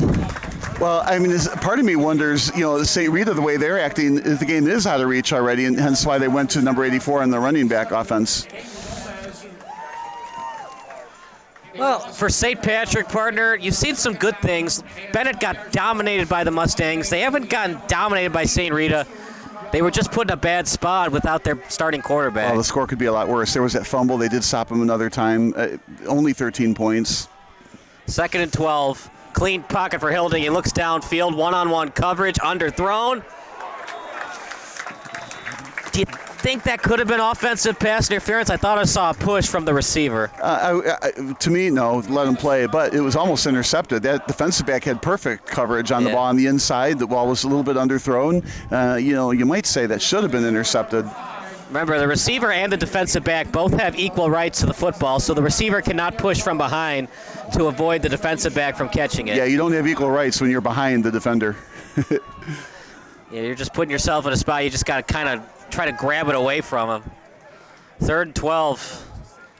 St. Pat shows blitz. They're going to run it again to 84. He gets a couple of yards. Now, that's not enough for a first. I think you might see that field goal attempt come out here. If you feel confident in it, partner, you could do a fake field goal and run for it, but I don't know if you want to show that play early on in the season. They're just going for it. The offense is staying on the field, 4th and about 6. And I don't think that it's because Talty's confidence is bad because of that miss. They just feel confident in their running game right now. Ball at the, I think they'll be passing here. Ball at the 29-yard line, one in the backfield. Haven't done very well passing the ball today. Clean pocket for Hilding. He looks downfield. Good coverage by Fuller. Looking for the flag. No call. Oh, I'm glad there's no call. I mean, they were both diving after the ball. I disagree with that play call because you haven't seen anything from the St. Pat's offense. Now you give them some good field position and maybe give some confidence, albeit small confidence, to the backup. Yeah, again, I think St. Rita believes they've got this game. That's why they're running some plays they might not have normally run to see how they work. Plus, they work for counter plays later on when they can keep the ball on the ground. Obviously, they're keeping the St. Pat's defense honest by going deep. I actually do like the play call. They didn't go for just an 8-yard pass or a first down. They went for it. I like that. Football is such a weird game, partner. When McNabb went down with that injury back in 2005, Jeff Garcia came in, led him to the playoffs, and he has the longest touchdown pass in Eagles history. Great run by Wozni, still on his feet, past the 40, close to the 50. St. Pat's driving now.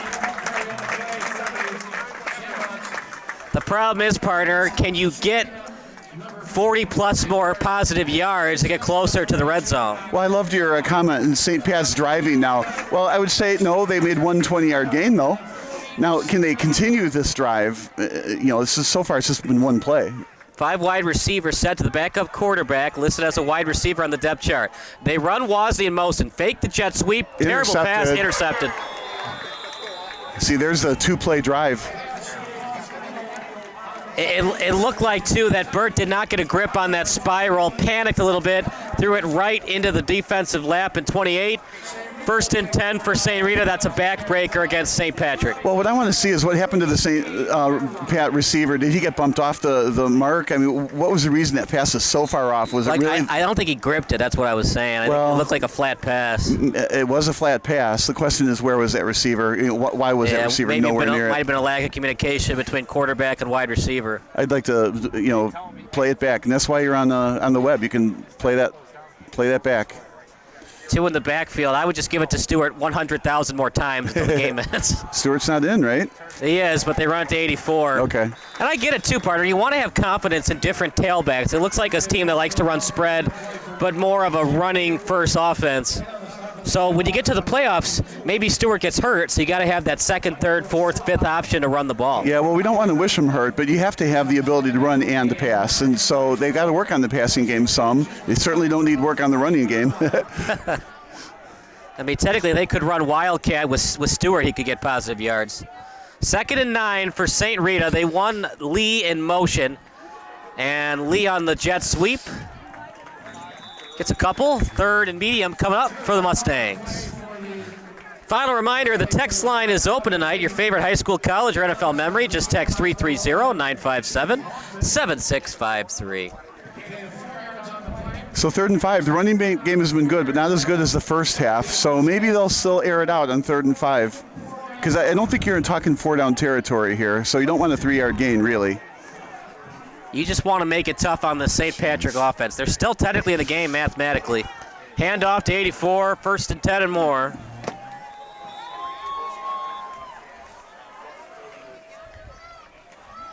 Carrying the ball again on the play for the Mustangs, number 84. Ethan Middleton's 84. He's listed on the Max Preps roster, not 8 for 18. Middleton, a good carry. He's 5'11", 185 pounds. We saw him a lot in that game last week against Bennett. Kept good it. RPO by the quarterback in Hilding. He's going all the way. Still on his feet. Michael Collins diving for the goal line, and he's in. Good RPO fake. 19-0 Mustangs.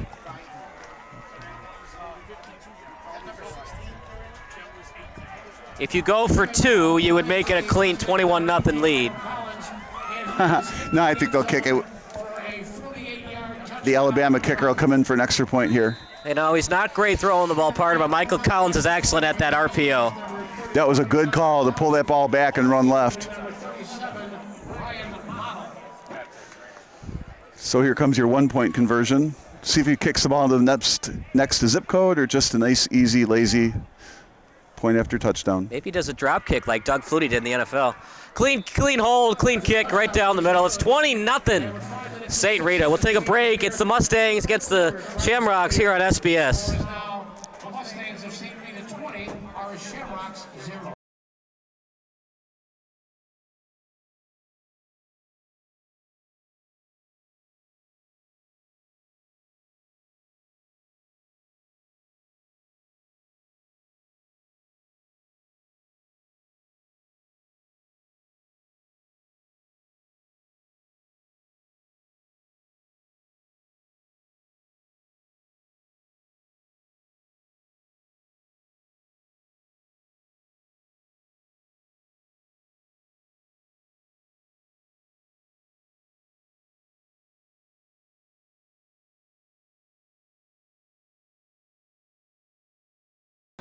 It's a shame what's happening to Nicholas Dustin, not able to come back into this game.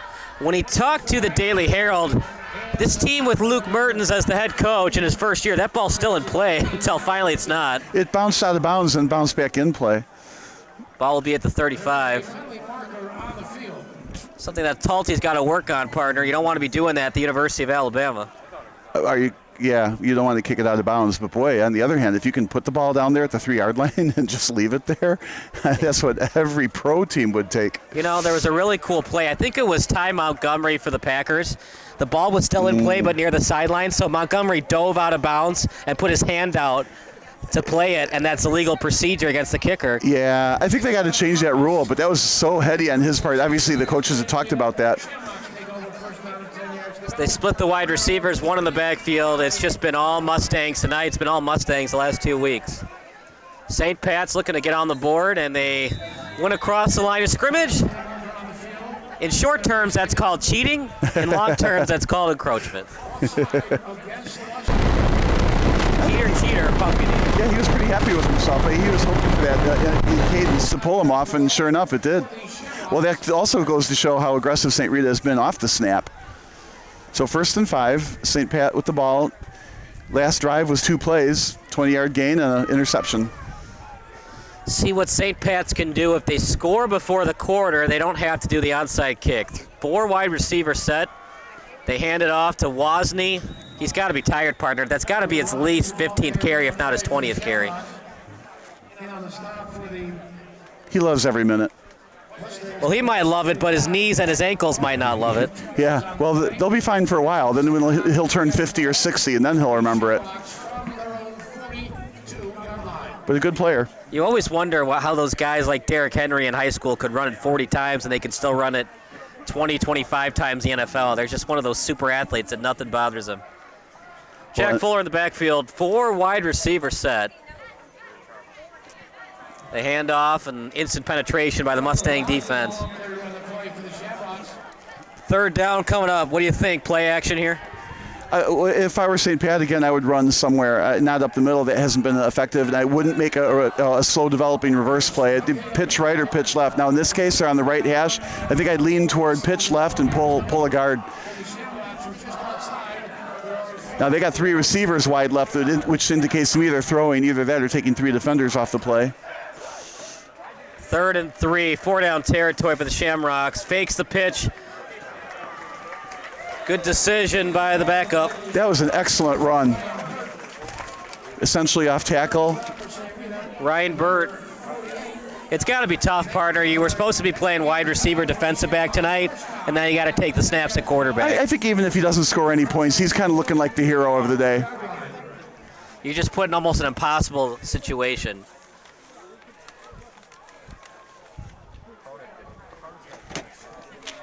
Handoff to Wozni down the sideline. Stays in play past the 40. Yeah, you say an impossible situation. He's down 20. He's not like down 50 or something. He is the backup. It feels like it, though, because they've only had a couple of possessions past the 50-yard line. Yeah, but this isn't an impossible situation. I'm saying he's having a blast. If we have a chance to talk to him after the game, that's the question we'll have to ask. Were you afraid, or were you just having an absolute blast out there, even though you're losing? I don't think a quarterback would ever admit when they're afraid. Although there was that one time where Sam Darnold admitted after Monday Night Football he was seeing ghosts from the Patriots defense. He probably was. Great pass to Fico. Throw it out of bounds. Big time tackle that time by St. Rita. Zachary Clark.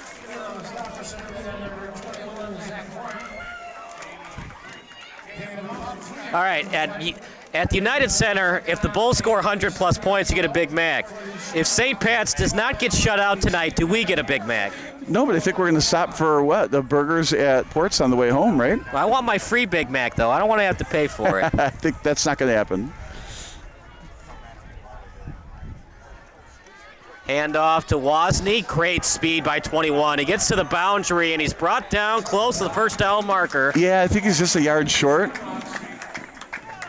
No moving of the chains quite yet. You're right, Bob. He was short, third and short, coming up for St. Patrick's. Yeah, they'll keep this on the ground again, I'm guessing. But this has been a terrific drive. You know, they're going to have a lot of confidence after this drive, even if they don't score. Are you surprised they haven't run any Wildcat tonight with Wozni? I wonder if that's in the playbook. 3 wide receiver set. I'd be shocked if it's not a run. If you're just joining us, Burt is at quarterback today. Stuffed. He's stuffed. Now, where was forward progress originally? It looked like Bobby got a half yard closer to the first down marker. Yeah, I think they maybe lost a yard or lost a half yard or something. In any event, it's not close. So this is that. You're still going to run. I suppose you could play action pass, but that hasn't proven to be effective. You could also do a quarterback draw if you feel confident in your center and guards. 5 wide receivers set. They put 4 to the left. Yeah, they're doing that to keep the defense out of the play, which isn't really working because it looks like they're guarding those 4 receivers with 3 defenders. You could do a screen since you only need 2 yards. You mean an Aggie call? Oh, here we go. Wozni That's probably what they'll do. In the backfield. I Nope. don't know. Hesitation move, stuffed. Didn't like that play call one bit, but it's just so hard game planning when you were planning for 15 at quarterback and now it's 2. I'm with you. I didn't like the play call. Maybe it was creative. I think I would have pitched to Wozni going to the right while he was in motion, but they didn't. In St. Rita's ball, up by 3 scores. 2 minutes to go in the third quarter. St. Rita sure has this game in hand. St. Rita was in the championship game last year, and we're seeing why tonight. Well, they're strong. And the St. Pat's team is a very strong team, and St. Rita's manhandling them. St. Rita in 7A, St. Pat's in 5A. Wheaton North won its first title last year over St. Rita in over 30 years. Look at the vision, and brought down after a short game. But partner, you look at these tailbacks, Middleton on that carry, and you look at these tailbacks for St. Rita. It's not just that they've got power and strength, but they're not selfish. They wait for their blockers to let the play develop, then they cut it back in for the big gain. Well, there is a difference. The St. Rita backs are big, right? And the St. Pat back is fast. And it's kind of a fun contrast. You hate to see it, an injury. This time it's St. Pat's. We've said that a lot tonight for the injuries. Well, I think that has something to do with St. Pat's. Pat is not as big of a team as St. Rita, so they're kind of playing uphill from a physicality perspective. Jack or at least Clancy. it appears to be that. Jack Clancy, the injured player, the 6'1", 195-pound junior. And I'm not sure why the clock is running. Oh, because the official started the clock. Usually waits till the quarterback, wide running backs are back in the backfield coming out of the sideline, but they started the clock early. And under 1:30 to go. Hand off to Middleton. No, it's a fake! Right up the middle! Great block. Great RPO that time by the backup quarterback, and it's a touchdown run again for St. Rita. My goodness, what a run that time by Jet Hilding, and he showed the Jets on that run. Number 16, Jack Hilding, and he is in the end zone for a St. Rita touchdown. We talked about the backbreaker early, partner. That was the exclamation mark on a dominant victory tonight by St. Rita.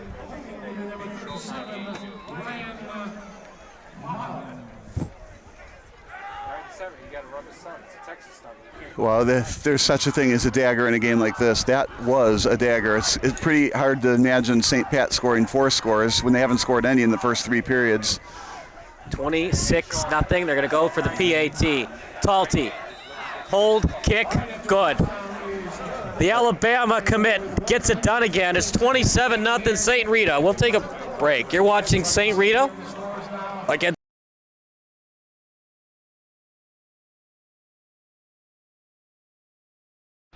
Missing your child's sporting event just plain stinks. But you don't have to worry about that anymore, thanks to Sports Broadcast Solutions. SBS is a live broadcasting network, as well as covering your on-demand needs, recruiting videos, highlight reels, and much, much more. We can broadcast live to any website, and we also post as much on-demand content as you need. For more information about SBS, check out our website at sportsbroadcastsolutions.com. Sports Broadcast Solutions, a broadcasting network for everyone. Hope you're enjoying the broadcast. We sure are. And if you like what you've seen thus far, check us out. Go to sportsbroadcastsolutions.com. We do travel baseball, IHSA softball, travel lacrosse, obviously high school football. We'll be doing the United Premier Soccer League on Sunday. You'll be on the call partner with Kara Lentz. Yeah, that'll be a lot of fun. It's just us two. I think we'll put a headphone on her and have a little bit of fun talking back and forth. It'll be Fox United against Chicago Nation FC in that one. Meanwhile, a return for St. Pat's. Just driven back. The gang tackling and the pursuit by the Mustangs has been excellent tonight. On full force tonight for St. Rita. If you're St. Pat's partner, do you want to give it your all to try to not get shut out, or do you want to show different formations, different looks, in case Burt needs to start next week for St. Patrick's? Well, I run my game plan, even though I'm using my backup quarterback, and I would hope that my game plan is good enough to be able to score, and then I think you just let what happens happen. So if you end up with 1 touchdown, great. If you end up with 2, I mean, that's gravy. But getting 4, that's a lot to expect. I don't think I would do anything unnatural to try to get 4 scores. 1st and 10 right now for St. Pat's. 3 wide receiver set. Handoff for the Shamrocks, didn't get much. But I think the normal plays in the playbook just are not working against St. Rita. Just an excellent defensive team. All right, so let's run the double flea flicker and then the 80-yard touchdown pass. Yeah, we've got the video game controls in front of us. I think we can make that happen. Or the annexation of Puerto Rico for everybody that likes the movie Little Giants. Yeah, don't we have a replay of a 99-yard run from last week? Well, that was a standard shotgun run. That wasn't the double flea flicker. 2nd and 10, clean backfield. Out to the left. Look at that move by Wozni.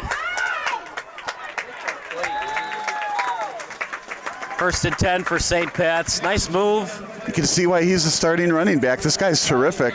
Made a great catch and shed the defender, and then gained the 10 more yards after the catch and the contact for first down.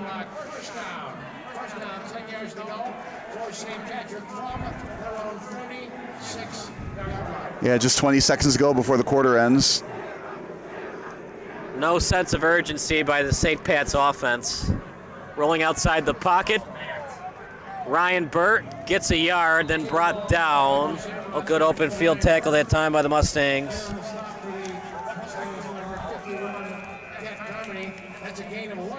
And that will do it for the quarter. St. Rita leads 27-0 over St. Pat's. 4th quarter coming up next here on SBS, a broadcasting network for everyone.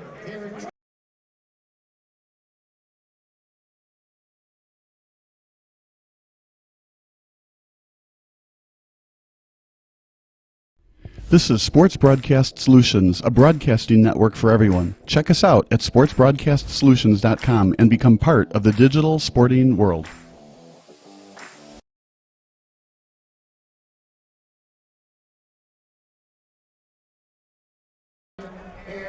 What else can you say, partner, but it's been a very impressive showing by the Mustangs tonight. At the same time, I'm not convinced that St. Patty is playing so bad on defense. I mean, this rushing attack from St. Rita, I doubt they're going to see that again for the rest of the year, right? So St. Pat's only given up 27 points. They've stopped them several times. So I'm not so sure that we can say St. Pat's is playing badly. St. Rita is just playing too goodly. But with the ball again. What's your favorite storyline of a backup quarterback going into the game and possibly finishing off the season? Just having a blast. I mean, here you are, a receiver playing that all year, and here you have a chance to play a different position, quarterback, you trusted. I just think it's got to be a fun experience for him. I hope we get the chance to ask him that. I just meant all time in the history of football, your favorite backup quarterback story. George Blanda? Was George Blanda originally a backup? Shotgun formation, looking downfield. Wide open man, good pitch and catch that time to Lemke. And Lemke brought down near midfield. Yeah, no, George Blanda was the kicker, right? He kept coming in at the end of the Raiders games and winning them when whoever couldn't, LaMonica or whoever the quarterback at the time was. I know it's cliched, but I have to go with the Kurt Warner story. I mean, how does it get better than starting as the backup behind a very good quarterback, by the way, in Trent Green, than winning the MVP and the Super Bowl MVP in the same year? Well, they made a movie about that. Did they make a movie about George Blanda? No, because didn't he have like 6 interceptions in a game? Well, maybe when he was a starting quarterback. Yeah, I know he finished with more interceptions. I think one year he had like 40 interceptions for the Oilers. That's pretty bad. Ball past the 50. Shotgun formation. Looks downfield, one-on-one coverage. That's definitely pass interference, and they call it. Well, partner, if this was street football, that'd be allowed. But in high school football, you can't push the defender off to catch the ball. I would like to see a replay of that push because a part of me says the ball was underthrown and he turned and the receiver kind of fell over him. In other words, I'm not sure I would be calling pass interference on that interception. It's still a catchable ball, though, because it was in play, so you can't push the if the ball was out of play, you could understand a no call. Well, but that's where I got to see that play again. Was it really a push-off or did he spin the correct direction on the underthrown ball? You just got to replay it. It's just where Blitz the League you could do that. Right. Not in IHSA. Right, but it was called, and it is 10 yards further back. All right, you got to score here, get the onside kick. Score again, get another onside kick, and you're back in the game.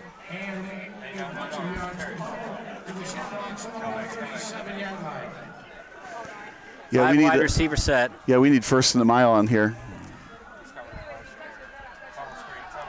Wozni calls for it in the flat. Screen pass, not going anywhere. Well read by the Mustangs. They saw that all the way.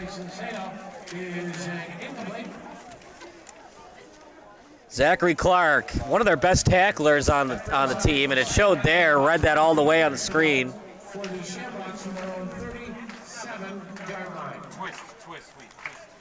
And you got to think, too, part of the enrollment at St. Rita is bigger than St. Patrick's, so they have more people that come out for the team than St. Pat's. So that might be showing on display tonight. Exactly.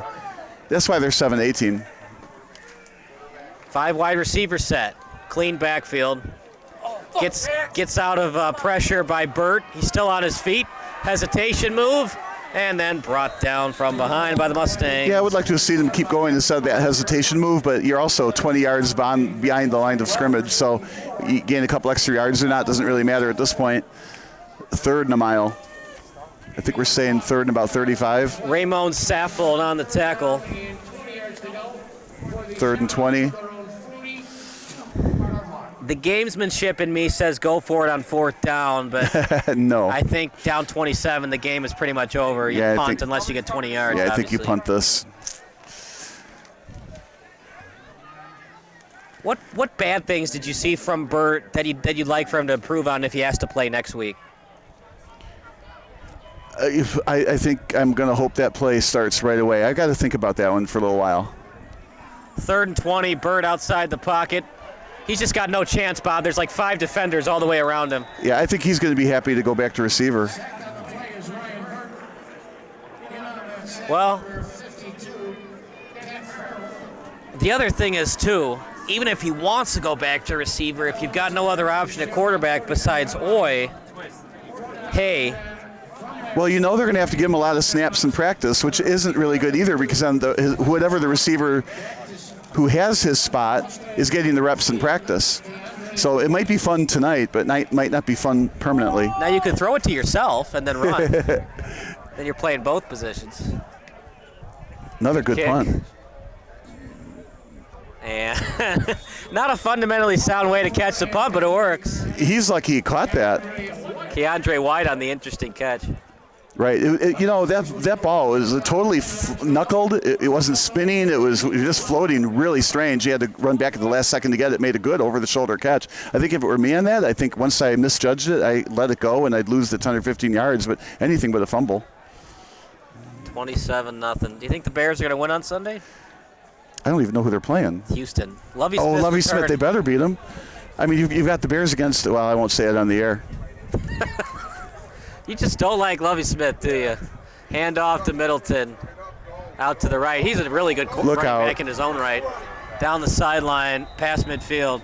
They just have so many weapons. They've got Collins and Middleton and Stewart. It's kind of hard to believe they lost to Mount Carmel and Loyola with all these weapons. Well, those are very good, strong teams as well. I mean, St. Rita meets its match when it plays against those two teams.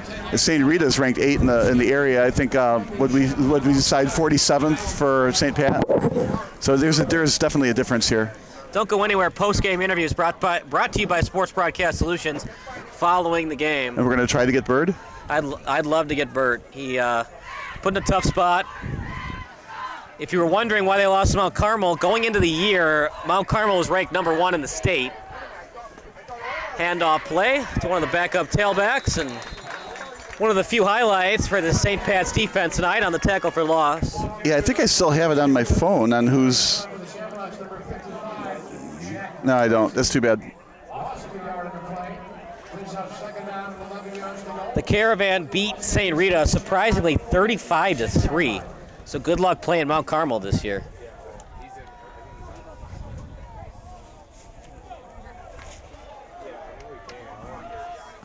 Talty is also the punter on this St. Rita team.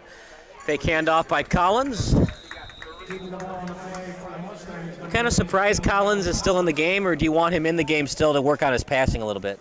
I would like to see them work on their passing, but we're talking about late in the fourth quarter. I'm starting to think that maybe find out what they have as for a backup shot option. If they have to use it, might be a good plan here. I think I'd put the backup in at this point. They seem to be trying to get like a 35-point win here.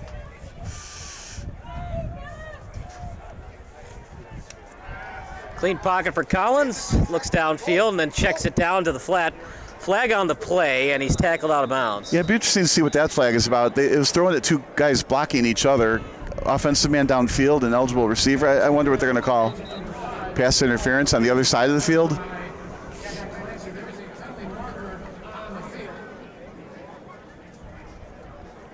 I haven't seen a lot of them today. Both teams have been very disciplined.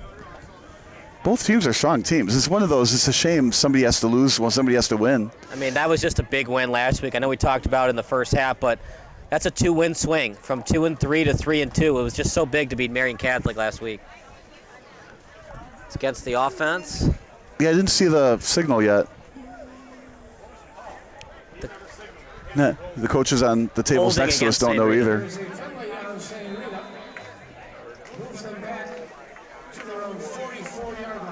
So third and about 21. Well, you always wonder why a quarterback had so much time in the pocket. Sometimes that why is because his offensive lineman was holding. Yeah, except the holding flag was thrown so far away from the play. Plus, it was so early. Usually the holding, it's like when the quarterback rolls outside the pocket, and then the tackle kind of panics and grabs the defensive end. You don't see a holding like that early on in the play. Well, we're hoping our videographer caught that, even though the play was going to the right. If we were panning in too much, then we're not going to catch that. But otherwise, look on the bottom of the screen to see that hold when you replay it. 3rd and 20, probably going to be a running play here. What? Pass again. Collins looks downfield. Wide open man, underthrown. That's something they got to work on, partner. If that's right in stride, it's a touchdown. Late on the throw. Underthrown, incomplete pass. Well, I think, underthrown is one way to say it. I think the other way to say it is he held on to it too long. So if he had made that very same pass but gotten it out of his hands sooner, could read the play just a little bit quicker, that would have been a touchdown in stride. That receiver was 3-4 yards wide open. You know, I was watching a Football Life, Kurt Warner, and one of his receivers, I think it was Torrey Holt, that said, I knew Warner was going to be a Hall of Famer in practice, because what happened is Warner did like a 3 or 4 step drop. Holt didn't even get into his break. He comes back looking for the ball, and it's in his stomach. Yeah, that's how great Warner was on his reads, the anticipation, and rotations, and rhythm. 4th and 20 at the 44. Talty is going to roll to his right, a little rugby punt. And way into the end zone. Great punt. Come on, Talty. You go to the University of Alabama. You got to get that ball inside the 5. No touchbacks. As Bill Belichick would say, no days off. Yeah, I think if I'm a coach there, I'm telling them exactly the same thing. Put it in the end zone, no possible return whatsoever. What I wanted him to do, though, I wanted to get one of those like St. Rita hops, where it like hops at the 1 or 2 yard line, then goes back into play so they're inside the 10. I think when he does that, he's not on Alabama, he's on the New York Giants. You know, back when the Bears were struggling at the quarterback position with Jim Miller and Shane Matthews. Are we talking about the last 4 decades? Last 50 years, more like. There were Bears fans that would get excited about a Brad Maynard punt. And like when the ball would go inside the 10, these Bears fans near me would cheer. That's kind of the life of a Bears fan sometimes when your favorite player is the punter. Brad Maynard was excellent, and I'm surprised the Bears let O'Donnell go. Yeah, he was good too. Yeah, I just didn't see that one coming. Maybe it was a salary thing, but he still is an excellent punter. You're talking about the same franchise that wouldn't give Kurt Warner a chance because he got bit by a spider. Not so great. They almost drafted Russell Wilson until they didn't. 2nd and 7. Got to give credit to St. Pat's. They're hanging in there. They're still passing, giving the fans something to cheer about. It is fun to watch passing. Ryan Bird looks downfield. Again, roll left. See, I'd like to see more roll rights, I think.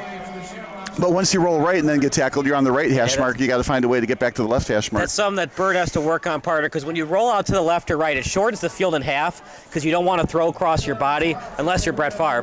Well, you don't want to throw across your body even if you roll right, but it is easier to do that. But that's still not recommended no matter which direction you roll. You're probably going to throw to that side of the field right, because it's not across your body and you're not changing your hips to throw it. 3rd and 10. Just really impressive by St. Rita tonight. Here's the roll right I've been asking for. Little dump off pass that time to Brosnan. Yeah, that was the right read, though. The question is, did he get the first down? It's going to be close. You know, this game was close early on in the second half, and then that interception by Burt changed things. Then Collins had that 48-yard run, and that was pretty much Katie by the door, all Mustangs after that. Yeah, they're saying 3rd and 1. Oh, 4th and 1. Well, here you have one of your situations where you want to go for it on 4th down in your own end zone. I didn't mean that, in your own half of the field. Well, you're going to lose regardless, so try to get points on the board. Well, they got the first down.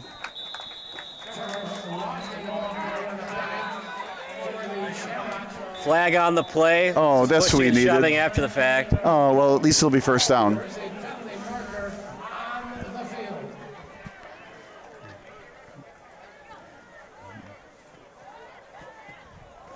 The obvious question to ask, where is the flag on the field? I miss that PA announcer at Soldier Field. Oh, no. Illegal procedure. We didn't need that call. There we go. Yeah.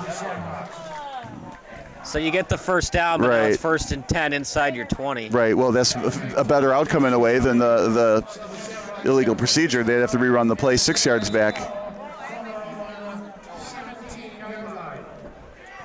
Clean pocket that time for Burt. Screen pass to Holloway. Blockers in front of him. And you know, this might be me, but Bird's getting more and more comfortable at this position. I can see why he's at least elevated to backup over everybody else that could be at backup on this team.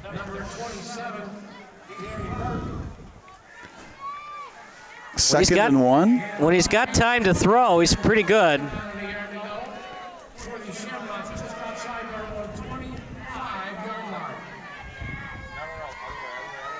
It's going to be interesting what the St. Patrick's team can go forward in this season. Looks downfield and timing play. Oh, now what's this flag going to be? We have somebody on the ground. McNaughton was the intended target, incomplete. Another injury, and that's a guy you can't have in Holloway. He was injured last week against Marian Catholic, toughened it out, came back into the game. Now he's slow to get up again. We will take a break. It's 27-0 in favor of the Mustangs here on SBS.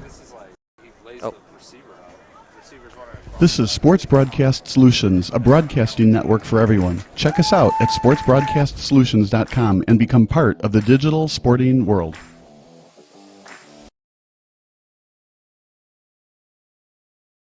Hope you're enjoying the broadcast, because we sure are. Post-game interviews coming up next. Big thank you to St. Pat's having us out for the second straight season. Man, that playoff game against Rochelle, that was a lot of fun last year. They had a great season last year, fun season. So this is a personal foul the other direction now.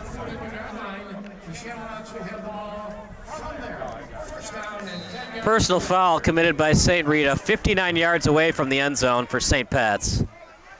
Trips to the left. Ryan Burt, pitch play. Over to Wozni. Wozni double team, the third defender comes in.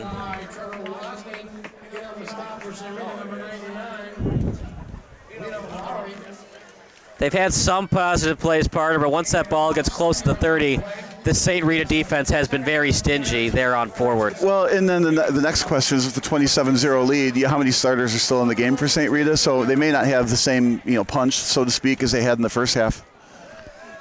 Trips to the left again. Burt taking his time. This might be their last possession of the game. We wish the best for Holloway. We wish the best for Dustin and all the other injured players tonight for St. Patrick. Wozni.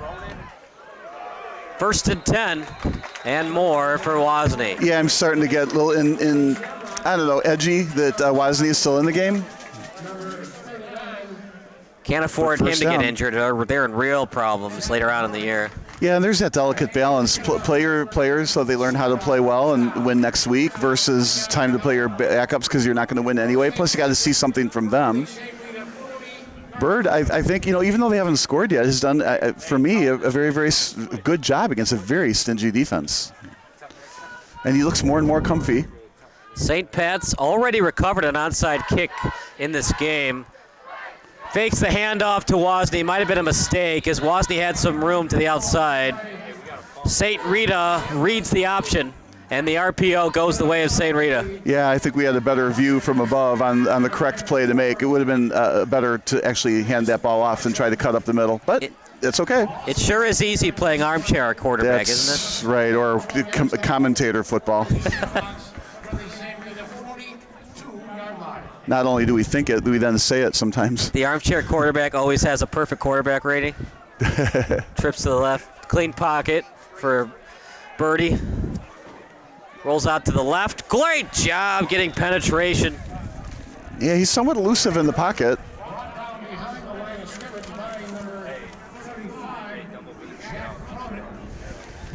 Cronin on the sack. Yeah, I like how Cronin tackled him. He's tomahawking the ball, trying to get a fumble out of it. But Wozni covered it up well with his shoulder. Kind of knew it was coming. 2nd and 12.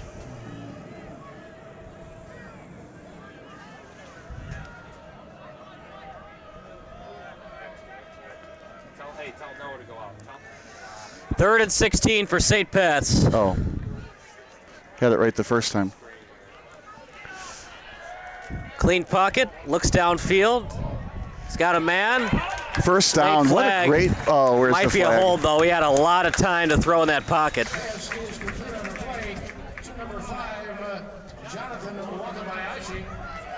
Yep. It'll now be 3rd and 26. Always reminds me of that famous 4th and 26 play between Donovan McNabb and Freddie Mitchell. Hard to believe they converted on that, and of course it cost the defensive coordinator's job with the Packers. Yeah, that's right. That's too strong of a reason. It's 2nd and a mile.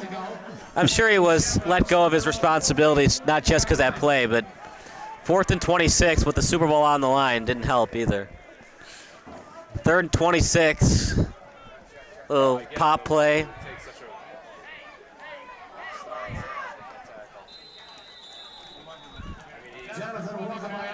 Limited a number of plays that you can run on 4th and 24. Yeah, that's for sure. Got to give it up here. And then you figure St. Rita, just like you said, that's probably St. Pat's last possession of the game. St. Rita will get the ball, probably won't go very far 3 times on the ground. Are you surprised they didn't give Colin Hayes some snaps at quarterback tonight once Luke Merton saw that the game was out of hand? Yeah, I am a little bit, but they didn't. But yeah, I'm absolutely surprised. 4th and 24, they're going to go for it. Looking downfield.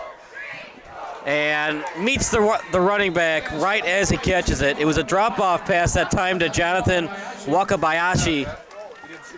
And partner, that's something the backup's going to have to learn. You got to know where the chains are. A play like that doesn't help you on 4th and 24. Well, yeah, but if that's the only thing that was open at the same time, your counter or your ticker goes off in your brand, you got to get rid of that ball, and that was the guy that was open. That was the play that was run. I mean, you don't really have a 4th and 20 play in your playbook. My thinking is if it's 4th and 24, the game's over anyways if you don't convert. So do like a Hail Mary play and just see if somebody catches it. Right. Well, here they gained what? 14 yards or something out of that. If you're St. Rita, you could take a knee if you want. Yeah, well, it looks like they're going to run a real play here. And it would be up to St. Pat's if they want to call their 3 timeouts or just be confident going into next week down 27-0. No, they won't call the timeouts. But what a well-played game for St. Rita, and I'm not so sure that St. Pat played that bad. They were shut out, and yeah, they got beat by 4 scores. St. Rita is an 8th-ranked powerhouse in Illinois. Bird, who was pressed into duty, did a very, very, very credible job. The running back was fabulous for St. Pat. It's just hard for a backup quarterback to come in. Sometimes it works, other times it doesn't. I think about that famous Browns-Bears game back in 2001, the onside kick and then the Mike Brown pick 6. Shane Matthews, even though he won the game, he also had 3 picks and 2 fumbles. So it's not easy, backup quarterbacks going in there, especially when you haven't really been warming up going into the game. And he gained a great deal of experience today, which will be with him forever.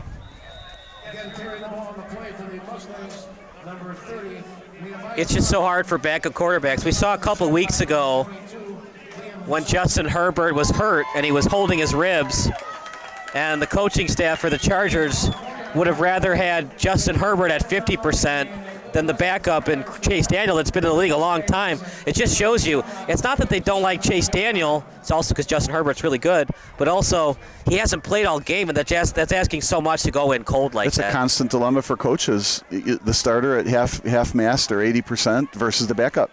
That's why they're the starter. 3rd and 3.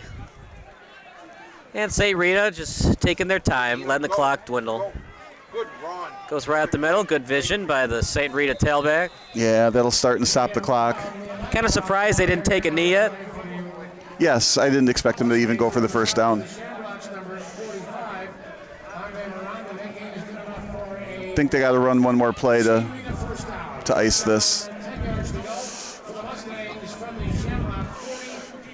Well, as Bill Belichick would say, you're on to Cincinnati. Just on to the next week. You just shake this one off for St. Pat's and go on to week 6. What a nice stadium, though, here at Triton College, and a gorgeous football night.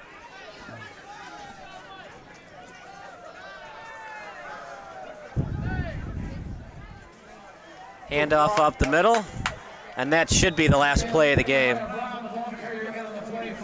And it will be. St. Rita wins 27-0. Partner, they led 13-0 at half, and they never looked back. Oh, I forgot to double the score like I usually do at halftime. What's the final score going to be? I probably would have predicted 27 or 28-0. Wow, darn, I missed my chance. If Connor knew what the betting odds were on the line, he would have missed that PAT to make it 26-0. Well, you're going to be in Vegas next week, so you can make all the bets that you want while you're out there.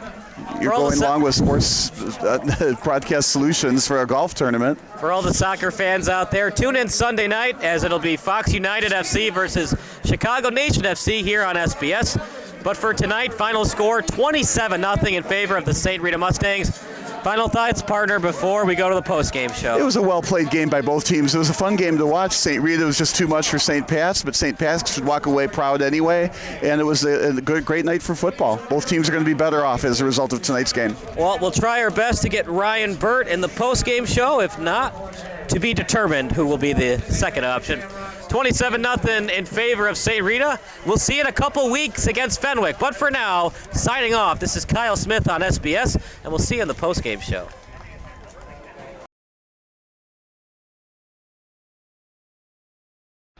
Missing your child's sporting event just plain stinks.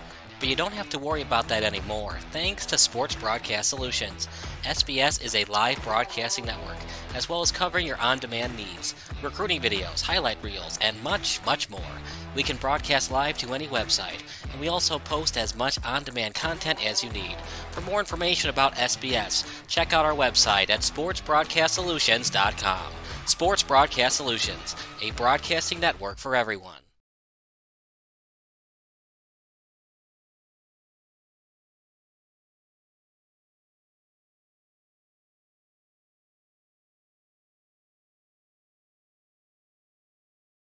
In 2003, the 9-6 Minnesota Vikings are playing on the road. A win in this game clinches a playoff spot for the Vikes.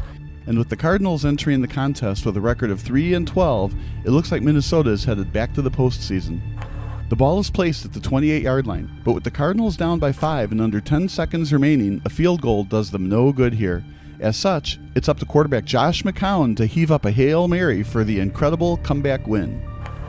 But a lot is happening here. In fact, there was a lot of drama coming into this moment. Welcome to the Postgame Show, brought to you by SBS. I'm Kyle, but I don't matter. This guy matters. He was put in a tough spot. We did a great job. His name is Ryan Burton. He was the backup quarterback and the eventual starter tonight. St. Pat's falls 27-0. It's tough going in there. You're originally a wide receiver, and then Dustin gets hurt. What did the coaching staff tell you as you had to take the snaps tonight? You know, Coach Mertens and Coach Fabs and Coach Baird, obviously, they were all in my ear, just making sure, stay confident, composed, and collected. Make sure that nothing gets me rattled. Just to stay in my own head. What happens in practice where the starter takes the reps and you take the reps? Do you guys kind of work together, especially outside the football field, to make sure you're on the same page in case you have to win there? Absolutely, and like me and Nick Dustin, the starting quarterback, we have a great relationship together, you know. We aren't banging heads with each other. We're very good buddies, so we support each other, and it was very tough seeing him go down today, but we always work and make sure each other are getting better. Did you talk to Nick at all? What is the update on the injury? Not very sure what the injury is, but Nick's very tough kid. You know, he'll be ready to go. So you guys are still doing well. You're 3-2 on the season. This is just a tough team to beat in St. Rita, but you kept them in check, especially DJ Stewart. You saw the film last week against Bennett. What was your defense able to do to kind of keep him in check in the second half? Oh, the defense was awesome. That was amazing that they were able to contain those guys. I mean, they're offensive linemen. I know bunch of those guys have Division I offers, and obviously their running back, DJ, is just an absolute tank. So the way that the defense was able to keep them in check and hold them to 13 points in the first half, that was crazy. That was awesome by them. What were some things that you need to work on going into next week if you have to start in case Nicholas Dustin is still injured? You know, just keeping calm in the pocket. And obviously Coach Fabs and I work with that every single day in practice, but you know, once it comes to game time, it's a completely different situation. The lights are on you, everyone's yelling, so just got to keep working, keep getting better. Was the ball a little bit slippery tonight to try to get that clean spiral? No, I haven't been thrown very much recently, you know. Obviously, I sound sick. I missed a couple days of school, didn't take any warm-up throws before the game, but can't blame that. You got to go out and play. Well, you guys are still in good shape at 3-2. Final thoughts about the game going into Week 6? You know, we're going to have a tough battle. Obviously, it's always going to be. But I feel like we're the hardest team to beat because we always fight. We always play as hard as we can, 110% every week. No one's going to out-tough us. Yeah, we saw it last week against Marion Catholic. They kind of were a little bit weirded out what was going on at the end of that game, and you definitely took it to the pedal to the metal in overtime. Well, go have fun with your teammates and have a good luck in your next matchup. All right, thank you very much. Have a good night. That's Ryan. That's Ryan, and we're going to take a break, and you're watching the Postgame Show brought to you by SBS.